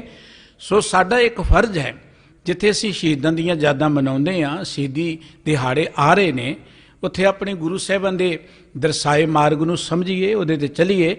ਹਰ ਮਨੁੱਖ ਦੀ ਇੱਕ ਡਿਊਟੀ, ਹਰ ਗੁਰਸਿੱਖ ਦੀ ਇੱਕ ਡਿਊਟੀ ਹੈ, ਜਿਹੜਾ ਵੀ ਗੁਰੂ ਕਾ ਸਿੱਖ ਆਪਣੇ ਆਪ ਨੂੰ ਖਵਾਉਂਦਾ ਹੈ, ਕਿ ਸਮਾਜ ਵਿੱਚ ਜਿੱਥੇ ਵੀ ਕੋਈ ਵੈਰ ਵਿਤਕਰਾ ਦਿਸੇ, ਜਿੱਥੇ ਵੀ ਸਮਾਜ ਵਿੱਚ ਕੁਰੀਤੀਆਂ ਦਿਸਣ, ਪਖੰਡ ਦਿਸੇ, ਕਿਸੇ ਪ੍ਰਕਾਰ ਦੀ ਗੰਦਗੀ ਦਿਸੇ ਜਾਂ ਕਿਸੇ ਪ੍ਰਕਾਰ ਦਾ ਧੱਕਾ ਜੋਰੀ ਦਿਸੇ, ਉਹਦੇ ਵਿਰੁੱਧ ਬੋਲਣਾ ਇਹ ਸਿੱਖ ਦਾ ਫਰਜ਼ ਹੈ। ਜਦੋਂ ਅਸੀਂ ਆਪਣੀ ਇਸ ਡਿਊਟੀ ਨੂੰ ਸੰਭਾਲ ਲਵਾਂਗੇ ਨਾ, ਸਾ ਜਾਣਨਾ ਜਿਹੜੀ ਗੱਲ ਹੈ ਨਾ ਕਿ ਇਹ ਧਰਤੀ ਬੇਗੁੰਮਪੁਰਾ ਬਣੇ ਜਾਂ ਸਮਾਜ ਸਾਡਾ ਵਧੀਆ ਬਣੇ, ਆਪਣੇ ਆਪ ਹੀ ਬਣਨਾ ਸ਼ੁਰੂ ਹੋ ਜਾਏਗਾ। ਹਾਲਾਂਕਿ ਹਰ ਬੰਦਾ ਬੁਰਾਈ ਦੇ ਵਿਰੁੱਧ ਹੁੰਦਾ ਹੈ, ਕੋਈ ਨਹੀਂ ਚਾਹੁੰਦਾ ਸਮਾਜ ਵਿੱਚ ਬੁਰਾਈ ਪਸਰੇ। ਲੇਕਿਨ ਸਮਾਜ ਵਿੱਚ ਬੁਰਾਈ ਦੇ ਵਿਰੁੱਧ ਬੋਲਣ ਦੀ ਜ਼ਰੂਰਤ ਕਿਸੇ ਦੀ ਨਹੀਂ ਹੁੰਦੀ, ਹਿੰਮਤ ਕਿਸੇ ਦੀ ਨਹੀਂ ਹੁੰਦੀ। ਜਦੋਂ ਕੋਈ ਇੱਕ ਹਿੰਮਤ ਕਰ ਲੈਂਦਾ, ਫਿਰ ਬਾਕੀ ਲੋਕ ਵੀ ਨਾਲ ਰਲਣੇ ਸ਼ੁਰੂ ਹੋ ਜਾਂਦੇ ਨੇ। ਇਸੇ ਤਰੀਕੇ ਨਾਲ ਗੁਰੂ ਨਾਨਕ ਸਾਹਿਬ ਜੀ ਨੇ ਸੱਚ ਕੀ ਬਾਣੀ ਦੀ ਗੱਲ ਸ਼ੁਰੂ ਕੀਤੀ। ਭਾਵੇਂ ਉਹ ਬਾਬਰ ਸੀ, ਭਾਵੇਂ ਉਹ ਸੱਜਣ ਠੱਗ ਸੀ, ਭਾਵੇਂ ਉਹ ਮਲਕ ਭਾਗੋ ਸੀ, ਸਤਿਗੁਰੂ ਜੀ ਨੇ ਬੜੀ ਸੂਰਬੀਰਤਾ ਦੇ ਨਾਲ ਸੱਚ ਨੂੰ ਉਜਾਗਰ ਕੀਤਾ। ਗੁਰੂ ਨਾਨਕ ਸਾਹਿਬ ਜੀ ਦਾ ਉਹ ਪੰਥ ਬਣ ਗਿਆ। ਤੇ ਸਹਿਜੇ ਸਹਿਜੇ ਜੇ ਲੋੜ ਪਈ, ਸ਼ਸਤਰਧਾਰੀ ਇਨਕਲਾਬ ਵੀ ਸ਼ੁਰੂ ਕਰ ਦਿੱਤਾ। ਜਿੱਥੇ ਵੀ ਲੋੜ ਪਈ, ਹਰ ਤਰੀਕੇ ਦੇ ਨਾਲ। ਗੁਰੂ ਹਰਗੋਬਿੰਦ ਸਾਹਿਬ ਜੀ ਮਹਾਰਾਜ ਨੇ ਇੱਕ ਗੱਲ ਕਹੀ ਸੀ ਕਿ ਹਰ ਸਿੱਖ ਦੇ ਘਰ 'ਚ ਭੁੱਖੇ ਦੇ ਲਈ ਦੇਗ ਤਿਆਰ ਰਹਿਣੀ ਚਾਹੀਦੀ ਹੈ, ਤੇ ਸਿਰ ਫਿਰੇ ਲਈ ਤੇਗ ਵੀ ਤਿਆਰ ਰਹਿਣੀ ਚਾਹੀਦੀ ਹੈ। ਜਿਹੜੇ ਸਿਰ ਫਿਰੇ ਹੰਕਾਰੀ ਲੋਕ ਨੇ, ਉਹਨਾਂ ਲਈ ਤੇਗ ਵੀ ਤਿਆਰ ਰਹਿਣੀ ਚਾਹੀਦੀ ਹੈ। ਇਹ ਸਿੱਖ ਦੀ ਇੱਕ ਡਿਊਟੀ ਹੈ। ਸੋ ਸਤਿਗੁਰੂ ਸੱਚੇ ਪਾਤਸ਼ਾਹ ਜੀ ਨੇ ਇਹ ਜੋ ਸ਼ਹੀਦੀ ਇਨਕਲਾਬ ਸ਼ੁਰੂ ਕੀਤਾ, ਸ਼ਹਾਦਤ ਦੀ ਗੱਲ ਸ਼ੁਰੂ ਕੀਤੀ, ਇਹ ਇੱਕ ਵਿਲੱਖਣ ਗੱਲ ਸੀ ਇਸ ਮੁਲਕ ਦੇ ਅੰਦਰ। ਕਿਉਂਕਿ ਇੱਥੇ ਤੇ ਕੁਰਬਾਨੀਆਂ ਜਾਂ ਭੁੱਖੇ ਰਹਿਣਾ, ਤਪ ਕਰਨੇ, ਘਰ ਬਾਹਰ ਕੇ ਛੱਡ ਕੇ ਜੰਗਲਾਂ 'ਚ ਬੈਠ ਜਾਣਾ, ਜਿਹਦੇ ਨਾਲ ਸਮਾਜ ਸਗੋਂ ਹੋਰ ਡਿੱਗਣਾ ਸ਼ੁਰੂ ਹੋ ਗਿਆ ਸੀ। ਸਤਿਗੁਰੂ ਜੀ ਨੇ ਸਾਨੂੰ ਇੱਕ ਨਵੀਂ ਜੀਵਨ ਜਾਚ ਦਿੱਤੀ ਹੈ, ਸਾਨੂੰ ਅਪਣਾਉਣੀ ਚਾਹੀਦੀ। ਆਪਾਂ ਦੇਖਦੇ ਹਾਂ ਸਹਿਜੇ ਸਹਿਜੇ ਅਸੀਂ ਗੁਰੂ ਸਾਹਿਬਾਨ ਦੇ ਉਸ ਵਿਲੱਖਣ ਪੱਖ ਨੂੰ ਨਾ ਜਾਣਦਿਆਂ ਨਾ ਸਮਝਦਿਆਂ ਹੋਇਆਂ ਕਈ ਵਾਰੀ ਉਹ ਗੱਲਾਂ ਕਰਨੀਆਂ ਸ਼ੁਰੂ ਕਰਦੇ ਜਿਨ੍ਹਾਂ ਦਾ ਗੁਰਮਤਿ ਦੇ ਨਾਲ ਕੋਈ ਵਾਸਤਾ ਨਹੀਂ ਹੈ। ਆਪਣੇ ਸਮਾਜ 'ਚ ਦੇਖੀਏ ਨਾ, ਬਾਹਰੋਂ ਅਖਵਾਉਂਦੇ ਆਪਾਂ ਸਿੱਖੀ ਸਰੂਪ ਹੀ ਹੈ, ਲੇਕਿਨ ਅਸੀਂ ਵੀ ਕਈ ਥਾਂ 'ਤੇ ਵਰਤ ਰੱਖਣੇ ਸ਼ੁਰੂ ਕਰ ਦਿੱਤੇ, ਭੁੱਖ ਹੜਤਾਲਾਂ ਕਰਨੀਆਂ ਸ਼ੁਰੂ ਕਰ ਦਿੱਤੀਆਂ। ਇਹੋ ਜਿਹੀਆਂ ਕਈ ਕੁਰੀਤੀਆਂ ਆਪਾਂ ਦੇਖਦੇ ਹਾਂ, ਦਿਨ ਦਿਹਾੜੇ ਦੀ ਵਿਚਾਰ ਕਰਨੀ ਸ਼ੁਰੂ ਕਰ ਦਿੱਤੀ। ਹੋਰ ਕਈ ਤਰ੍ਹਾਂ ਦੇ ਭਰਮ ਭੇਖ ਜਿਹੜੇ ਨੇ ਸਾਡੇ ਅੰਦਰ ਪੈਦਾ ਹੋ ਗਏ। ਹਾਲਾਂਕਿ ਸਤਿਗੁਰੂ ਸਾਹਿਬ ਜੀ ਕਹਿੰਦੇ ਕਿ ਖਾਲਸਾ ਹੈ ਉਹ ਜਿਹੜਾ ਭਰਮ ਭੇਖ ਤੇ ਰਹੇ ਨਿਆਰਾ, ਜਿਹੜਾ ਭਰਮ ਤੇ ਭੇਖ ਤੋਂ ਪੂਰਨ ਤੌਰ ਤੇ ਮੁਕਤ ਹੈ। ਹੁਣ ਭੇਖ ਦੀ ਪੂਜਾ ਜਿੰਨੀ ਸਾਡੇ ਸਮਾਜ ਅੰਦਰ ਸ਼ੁਰੂ ਹੋ ਗਈ ਹੈ, ਹੈਰਾਨੀ ਦੀ ਗੱਲ ਹੈ ਕਿ ਗੁਰੂ ਸਾਹਿਬ ਨੇ ਭੇਖ ਨਾਲ ਜੋੜੇ ਹੀ ਕਿਤੇ ਨਹੀਂ ਹੈ।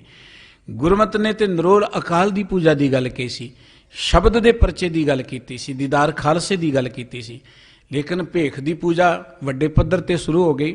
ਬਹੁਤ ਸਾਰੇ ਭੇਖਾਧਾਰੀ ਲੋਕ ਜਿਹੜੇ ਨੇ ਉਹ ਆਪੋ ਆਪਣੇ ਥਾਂ ਤੇ ਅਸਿੱਧੇ ਤੌਰ ਤੇ ਗੁਰੂ ਹੀ ਬਣ ਕੇ ਬੈਠੇ ਹੋਏ ਨੇ, ਵੱਡੀਆਂ ਵੱਡੀਆਂ ਮੱਲਾਂ ਮਾਰ ਕੇ ਬੈਠੇ ਹੋਏ ਨੇ।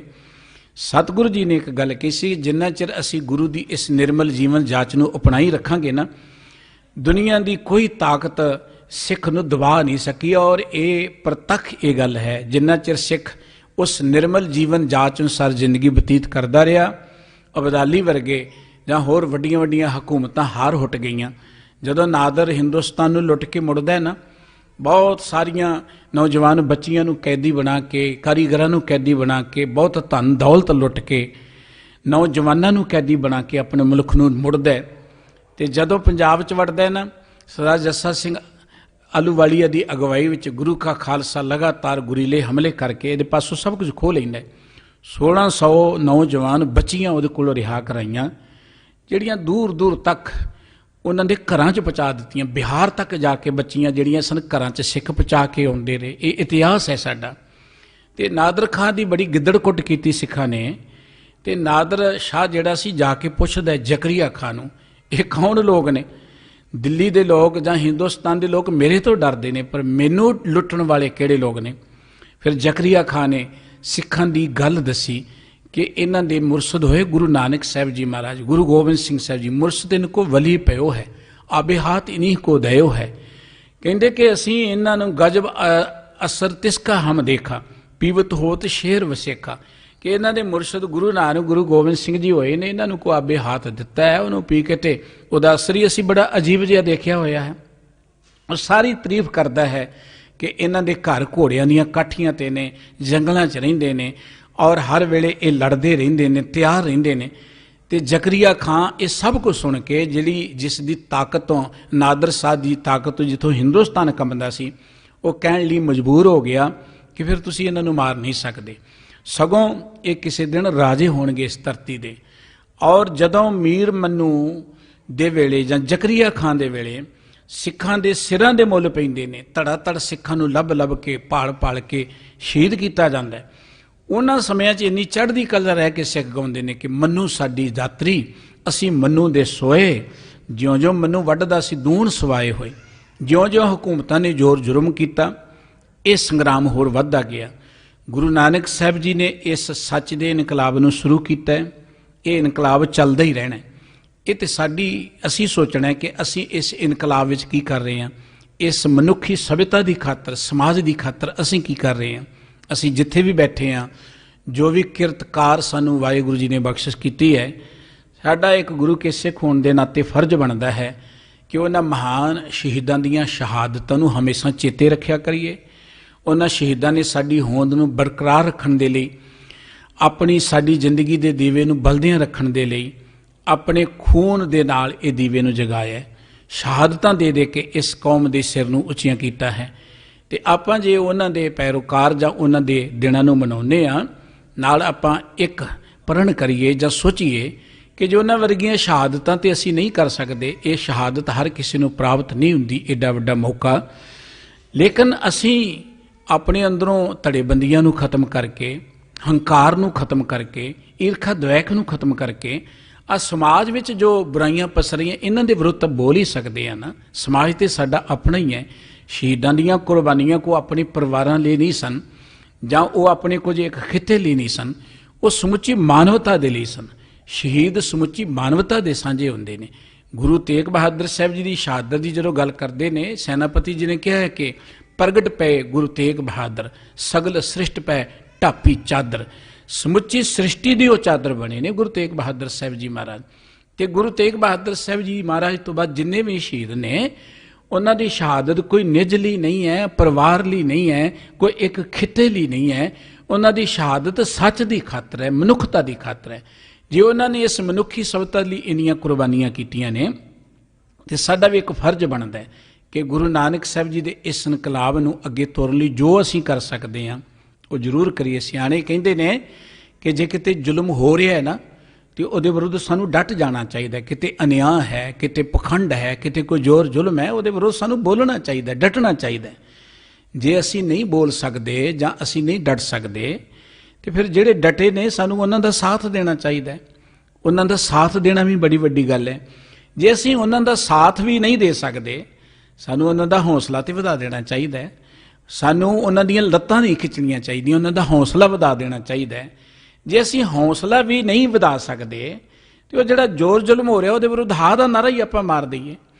ਸੱਚ ਜਾਣਨਾ, ਜਦੋਂ ਸਮਾਜ ਵਿੱਚ ਅਨਿਆਂ ਹੁੰਦਾ, ਜਦੋਂ ਕਿਸੇ ਤੇ ਜ਼ੁਲਮ ਹੁੰਦਾ, ਉਦੋਂ ਜਦੋਂ ਹਾਂ ਦਾ ਵੀ ਨਾਰਾ ਮਾਰਦੇ ਆ ਨਾ, ਉਹ ਸਾਡਾ ਹਾਂ ਦਾ ਨਾਰਾ ਵੀ ਜਿਹੜਾ ਨਾ ਬੜਾ ਮਹਾਨ ਗਿਣਿਆ ਜਾਂਦਾ ਹੈ। ਇਹ ਤੇ ਇੱਕ ਇਤਿਹਾਸਕ ਸੱਚਾਈ ਹੈ ਕਿ ਸੂਬੇ ਸਰਹੰਦ ਦੀ ਕਚਹਿਰੀ ਵਿੱਚ ਸ਼ੇਰ ਮੁਹੰਮਦ ਖਾਨ ਕੋਟਲੇ ਵਾਲਾ, ਮਲੇਰ ਕੋਟਲੇ ਵਾਲਾ ਸਾਹਿਬਜ਼ਾਦਿਆਂ ਨੂੰ ਬਚਾ ਨਹੀਂ ਸਕਿਆ। ਹਾਲਾਂਕਿ ਜਦੋਂ ਉਹਨੇ ਕਿਹਾ ਨਾ ਕਿ ਬਦਲਾ ਲੈ ਲੈ ਆਪਣੇ ਭਰਾ ਦਾ, ਤੇ ਉਹਨੇ ਕਿਹਾ ਸੀ ਕਿ ਬੱਚਿਆਂ ਨੂੰ ਮਾਰਨਾ ਤੇ ਸ਼ਰਅ ਸਾਨੂੰ ਇਜਾਜ਼ਤ ਨਹੀਂ ਦਿੰਦੀ। ਕੁਰਾਨ 'ਚ ਕਿਤੇ ਨਹੀਂ ਲਿਖਿਆ ਬੱਚਿਆਂ ਤੇ ਜ਼ੁਲਮ ਕਰਨਾ। ਬਦਲਾ ਲਵਾਂਗੇ, ਇਹਨਾਂ ਦੇ ਪਿਤਾ ਕੋਲ ਲਵਾਂਗੇ। ਉਹਨੇ ਇਹਦੇ ਵਿਰੁੱਧ ਹਾਂ ਦਾ ਨਾਰਾ ਮਾਰਿਆ, ਬਚਾ ਨਹੀਂ ਸਕਿਆ, ਕੇਵਲ ਹਾਂ ਦਾ ਨਾਰਾ ਮਾਰਿਆ। ਉਸ ਨੂੰ ਅੱਜ ਤੱਕ ਸਿੱਖ ਪੰਥ ਚੇਤੇ ਕਰਦਾ ਹੈ। ਮਲੇਰ ਕੋਟਲਾ ਜੇ ਠੀਕ ਠਾਕ ਰਿਹਾ, ਭਾਵੇਂ ਬਾਬਾ ਬੰਦਾ ਸਿੰਘ ਬਹਾਦਰ ਦੀ ਲੜਾਈ ਹੈ ਜਾਂ ਉਦੋਂ ਬਾਅਦ 1947 ਦਾ ਕਲ ਕਲੇਸ਼ ਹੈ, ਜੇ ਮਲੇਰ ਕੋਟਲੇ ਦਾ ਇਲਾਕਾ ਇਵੇਂ ਰਿਹਾ ਤੇ ਉਹ ਇੱਕੋ ਗੱਲ ਸੀ ਕਿ ਇੱਥੋਂ ਦੇ ਲੋਕਾਂ ਨੇ ਹਾਂ ਦਾ ਨਾਰਾ ਮਾਰਿਆ ਸੀ ਗੁਰੂ ਦੇ ਪੁੱਤਰਾਂ ਦੇ ਲਈ। ਅਸੀਂ ਸਮਾਜ ਵਿੱਚ ਰਹਿਣਾ, ਜਿੱਥੇ ਕਿਤੇ ਅਨਿਆਂ ਹੈ, ਜ਼ੋਰ ਜ਼ੁਲਮ ਹੈ, ਉੱਥੇ ਹਾਂ ਦਾ ਨਾਰਾ ਹੀ ਮਾਰ ਦਿਆ ਕਰੀਏ। ਗੁਰੂ ਨਾਨਕ ਸਾਹਿਬ ਜੀ ਨੇ ਸਾਨੂੰ ਇਸ ਧਰਤੀ ਤੇ ਇਸ ਸੰਗਰਾਮ ਵਿੱਚ ਸੂਰੇ ਬਣ ਕੇ ਵਿਚਰਨ ਦੀ ਗੱਲ ਕਹੀ ਹੈ। ਇਹ ਜ਼ਿੰਦਗੀ ਸੰਗਰਾਮ ਹੈ, ਸੰਸਾਰ ਸੰਗਰਾਮ ਹੈ। ਜਿੱਤਣਗੇ ਉਹ ਜਿਹੜੇ ਸੂਰਮੇ ਬਣ ਕੇ ਵਿਚਰਨਗੇ। ਜ਼ਿੰਦਗੀ ਦੀ ਬਾਜੀ ਉਹੀ ਜਿੱਤਣਗੇ। ਇਸ ਜ਼ਿੰਦਗੀ ਦੀ ਬਾਜੀ ਨੂੰ ਜਿੱਤਣ ਦੇ ਲਈ ਜਿੱਥੇ ਆਪਣੀਆਂ ਅੰਦਰਲੀਆਂ ਬੁਰਾਈਆਂ ਨੂੰ ਦੇ ਨਾਲ ਅਸੀਂ ਸੰਘਰਸ਼ ਕਰਨਾ ਹੈ। ਬੜਾ ਸੋਹਣਾ ਬਚਨ ਆਪਾਂ ਪੜ੍ਹਦੇ ਦਸਮ ਗ੍ਰੰਥ ਦਾ ਕਿ ਧਨ ਜੀਓ ਤੇਹ ਕੋ ਜਗ ਮੈਂ, ਮੁਖ ਤੇ ਹਰ ਚਿਤ ਮੈਂ ਜੁਦ ਵਿਚਾਰੈ, ਦੇਹ ਅਨਿਤ ਨ ਨਿਤ ਰਹਿ, ਜਸ ਨਾਭ ਚੜੇ ਭਵ ਸਾਗਰ ਤਾਰੈ, ਧੀਰਜ ਧਾਮ ਬਨਾਏ ਇਹ ਤਨ, ਬੁੱਧ ਸੋ ਦੀਪਕ ਜਿਉ ਉਜਿਆਰੈ, ਗਿਆਨੇ ਕੀ ਵੱਢਨੀ ਮਨੋ ਹਾਥ ਲੈ, ਕਾਤੁਰਤਾ ਕੁਤਵਾਰ ਬਹਾਰੇ। ਜਿਹੜੇ ਗਿਆਨ ਦੀ ਬਹਾਰੀ ਦੇ ਨਾਲ ਆਪਣੇ ਅੰਦਰੋਂ ਕਾਇਰਤਾ ਨੂੰ ਦੂਰ ਕਰਦੇ ਨੇ, ਆਪਣੇ ਅੰਦਰ ਗਿਆਨ ਦਾ ਦੀਵਾ ਬਾਲਦੇ ਨੇ, ਜਿਹੜੇ ਸਰੀਰ ਨੂੰ ਅਨਿਤ ਸਮਝਦੇ ਨੇ, ਮੁੱਖ ਤੋਂ ਪ੍ਰਮਾਤਮਾ ਨੂੰ ਚੇਤੇ ਕਰਦਿਆਂ ਹੋਇਆਂ ਹਮੇਸ਼ਾ ਇਸ ਸੰਗਰਾਮ ਵਿੱਚ ਵਿਚਰਨ ਦੇ ਲਈ ਜਿਨ੍ਹਾਂ ਦੇ ਅੰਦਰ ਚਾਅ ਰਹਿੰਦਾ ਹੈ, ਰਣ ਦੇਖੇ ਸੂਰੇ ਚਿੱਤ ਉਲਾਸ ਦੀ ਭਾਵਨਾ ਜਿਨ੍ਹਾਂ ਦੇ ਮਨ ਅੰਦਰ ਹੈ, ਉਹਨਾਂ ਸੂਰਮਿਆਂ ਦੀ ਵਡਿਆਈ ਸਤਿਗੁਰੂ ਜੀ ਨੇ ਕੀਤੀ ਹੈ। ਤੇ ਗੁਰਬਾਣੀ ਕਹਿੰਦੀ ਸੂਰਮਾ ਹੈ ਹੀ ਉਹ, ਸੂਰਾ ਸੋ ਪਹਿਚਾਨੀ ਹੈ ਜੋ ਲੜੈ ਦੀਨ ਕੈ ਹੇਠ। ਦੀਨ ਦਾ ਅਰਥ ਇੱਥੇ ਦੁਖੀ ਹੈ, ਮਜਲੂਮ ਹੈ, ਗਰੀਬ ਹੈ। ਸੂਰਮਾ ਉਹ ਹੈ ਜੋ ਗਰੀਬਾਂ ਦੀ ਖਾਤਰ ਸੰਘਰਸ਼ ਕਰਦਾ ਹੈ। ਜਿੱਥੇ ਕੁਝ ਇਹ ਸਲੋਕ ਹੈ ਨਾ, ਉਦੋਂ ਪਹਿਲਾਂ ਬਾਬਾ ਕਬੀਰ ਸਾਹਿਬ ਜੀ ਦਾ ਇੱਕ ਸ਼ਬਦ ਹੈ ਬੜਾ ਪਿਆਰਾ, ਜਿੱਥੇ ਇਹ ਬਚਨ ਹੈ ਕਿ ਰਾਜਨ ਕੌਣ ਤੁਮਾਰੇ ਆਵੇ, ਐਸੋ ਭਾਉ ਬਿਦਰ ਕੋ ਦੇਖਿਓ ਉਹ ਗਰੀਬ ਮੋਹਿ ਪਾਵੇ, ਹਸਤੀ ਦੇਖ ਭਰਮ ਤੇ ਭੂਲਾ ਸ੍ਰੀ ਭਗਵਾਨ ਨਾ ਜਾਣਿਆ, ਤੁਮਰੋ ਦੂਧ ਬਿਦਰ ਕੋ ਪਾਣੀ ਅੰਮ੍ਰਿਤ ਕਰ ਮੈਂ ਮਾਨਿਆ, ਖੀਰ ਸਮਾਨ ਸਾਗ ਮੈਂ ਪਾਇਆ ਗੁਣ ਗਾਵਤ ਰਹਿਣ ਵਿਹਾਨੀ, ਕਬੀਰ ਕੋ ਠਾਕਰ ਆਨੰਦ ਵਿਨੋਦੀ ਜਾਤ ਨ ਕਾਹੂ ਕੀ ਮਾਨੀ। ਬਾਬਾ ਕਬੀਰ ਸਾਹਿਬ ਜੀ ਦਾ ਸ਼ਬਦ ਕਿ ਕ੍ਰਿਸ਼ਨ ਜੀ ਇੱਕ ਗਰੀਬ ਦੇ ਘਰ ਗਏ, ਲੇਕਿਨ ਉਹਨਾਂ ਨੇ ਉਸ ਰਾਜ ਮਹੱਲ ਨੂੰ ਠੁਕਰਾ ਦਿੱਤਾ। ਇਹ ਉਹਨਾਂ ਦਾ ਬੜਾ ਦਲੇਰੀ ਭਰਿਆ ਕਦਮ ਸੀ, ਕਿਸੇ ਗਰੀਬ ਨੂੰ ਨਵਾਜਣਾ। ਉਹਦੇ ਨਾਲ ਹੀ ਸਤਿਗੁਰੂ ਜੀ ਨੇ ਸ਼ਲੋਕ ਅੰਕਿਤ ਕੀਤਾ ਹੈ ਕਿ ਸੂਰਾ ਸੋ ਪਹਿਚਾਨੀ ਹੈ ਜੋ ਲੜੈ ਦੀਨ ਕੇ ਹੇਤ, ਪੁਰਜਾ ਪੁਰਜਾ ਕੱਟ ਮਰੇ ਕਬੂ ਨਾ ਛਾੜੇ ਖੇਤ। ਸੂਰਮਾ ਉਹ ਹੈ ਜਿਹੜਾ ਗਰੀਬਾਂ ਦੀ ਖਾਤਰ ਸੰਘਰਸ਼ ਕਰਦਾ, ਮਜਲੂਮਾਂ ਦੀ ਖਾਤਰ ਸੰਘਰਸ਼ ਕਰਦੇ। ਆਓ ਇਹ ਜੋ ਪਵਿੱਤਰ ਦਿਨ ਆ ਰਹੇ ਨੇ, ਮਹਾਨ ਦਿਨ, ਇਤਿਹਾਸਕ ਦਿਨ, ਇਹਨਾਂ ਨੂੰ ਮਨਾਉਂਦਿਆਂ ਆਪਾਂ ਗੁਰੂ ਕੇ ਇਹਨਾਂ ਬਚਨਾਂ ਨੂੰ ਚੇਤੇ ਰੱਖਣਾ ਹੈ। ਸਿੱਖ ਹਮੇਸ਼ਾ ਬੁਰਾਈ ਦੇ ਵਿਰੁੱਧ, ਭਾਵੇਂ ਉਹ ਸਾਡੇ ਅੰਦਰ ਬੁਰਾਈ ਹੈ, ਭਾਵੇਂ ਸਮਾਜ ਵਿੱਚ ਬੁਰਾਈ ਹੈ, ਭਾਵੇਂ ਰਾਜਨੀਤੀ 'ਚ ਬੁਰਾਈ ਹੈ, ਭਾਵੇਂ ਧਰਮ ਦੀ ਦੁਨੀਆ 'ਚ ਬੁਰਾਈ ਹੈ, ਉਹਦੇ ਵਿਰੁੱਧ ਸੰਘਰਸ਼ ਕਰਨਾ ਹੀ ਜ਼ਿੰਦਗੀ ਦਾ ਫਰਜ਼ ਹੈ। ਜ਼ਿੰਦਗੀ ਸੰਗਰਾਮ ਹੈ, ਸੰਸਾਰ ਅਖਾੜਾ ਹੈ। ਇਸ ਅਖਾੜੇ ਨੂੰ ਜਿੱਤਣ ਦਾ ਤਰੀਕਾ ਸਤਿਗੁਰੂ ਜੀ ਨੇ ਬਖਸ਼ਿਆ। ਇੰਨੀਆਂ ਬੇਨਤੀਆਂ ਪ੍ਰਵਾਨ ਕਰਨੀਆਂ ਜੀ, ਭੁੱਲ ਚੁੱਕ ਦੀ ਖਿਮਾ ਬਖਸ਼ ਦੇਣੀ। ਮਾਨਯੋਗ ਭਾਈ ਸਾਹਿਬ ਜੀ ਆਪ ਜੀ ਦੀ ਸੇਵਾ 'ਚ ਹਾਜ਼ਰ ਹੋ ਚੁੱਕੇ ਨੇ। ਉਹਨਾਂ ਪਾਸੋਂ ਕੀਰਤਨ ਦਾ ਆਨੰਦ ਮਾਣੋ ਜੀ, ਪਿਆਰ ਸਹਿਤ ਬੁਲਾਓ। ਵਾਹਿਗੁਰੂ ਜੀ ਕਾ ਖਾਲਸਾ।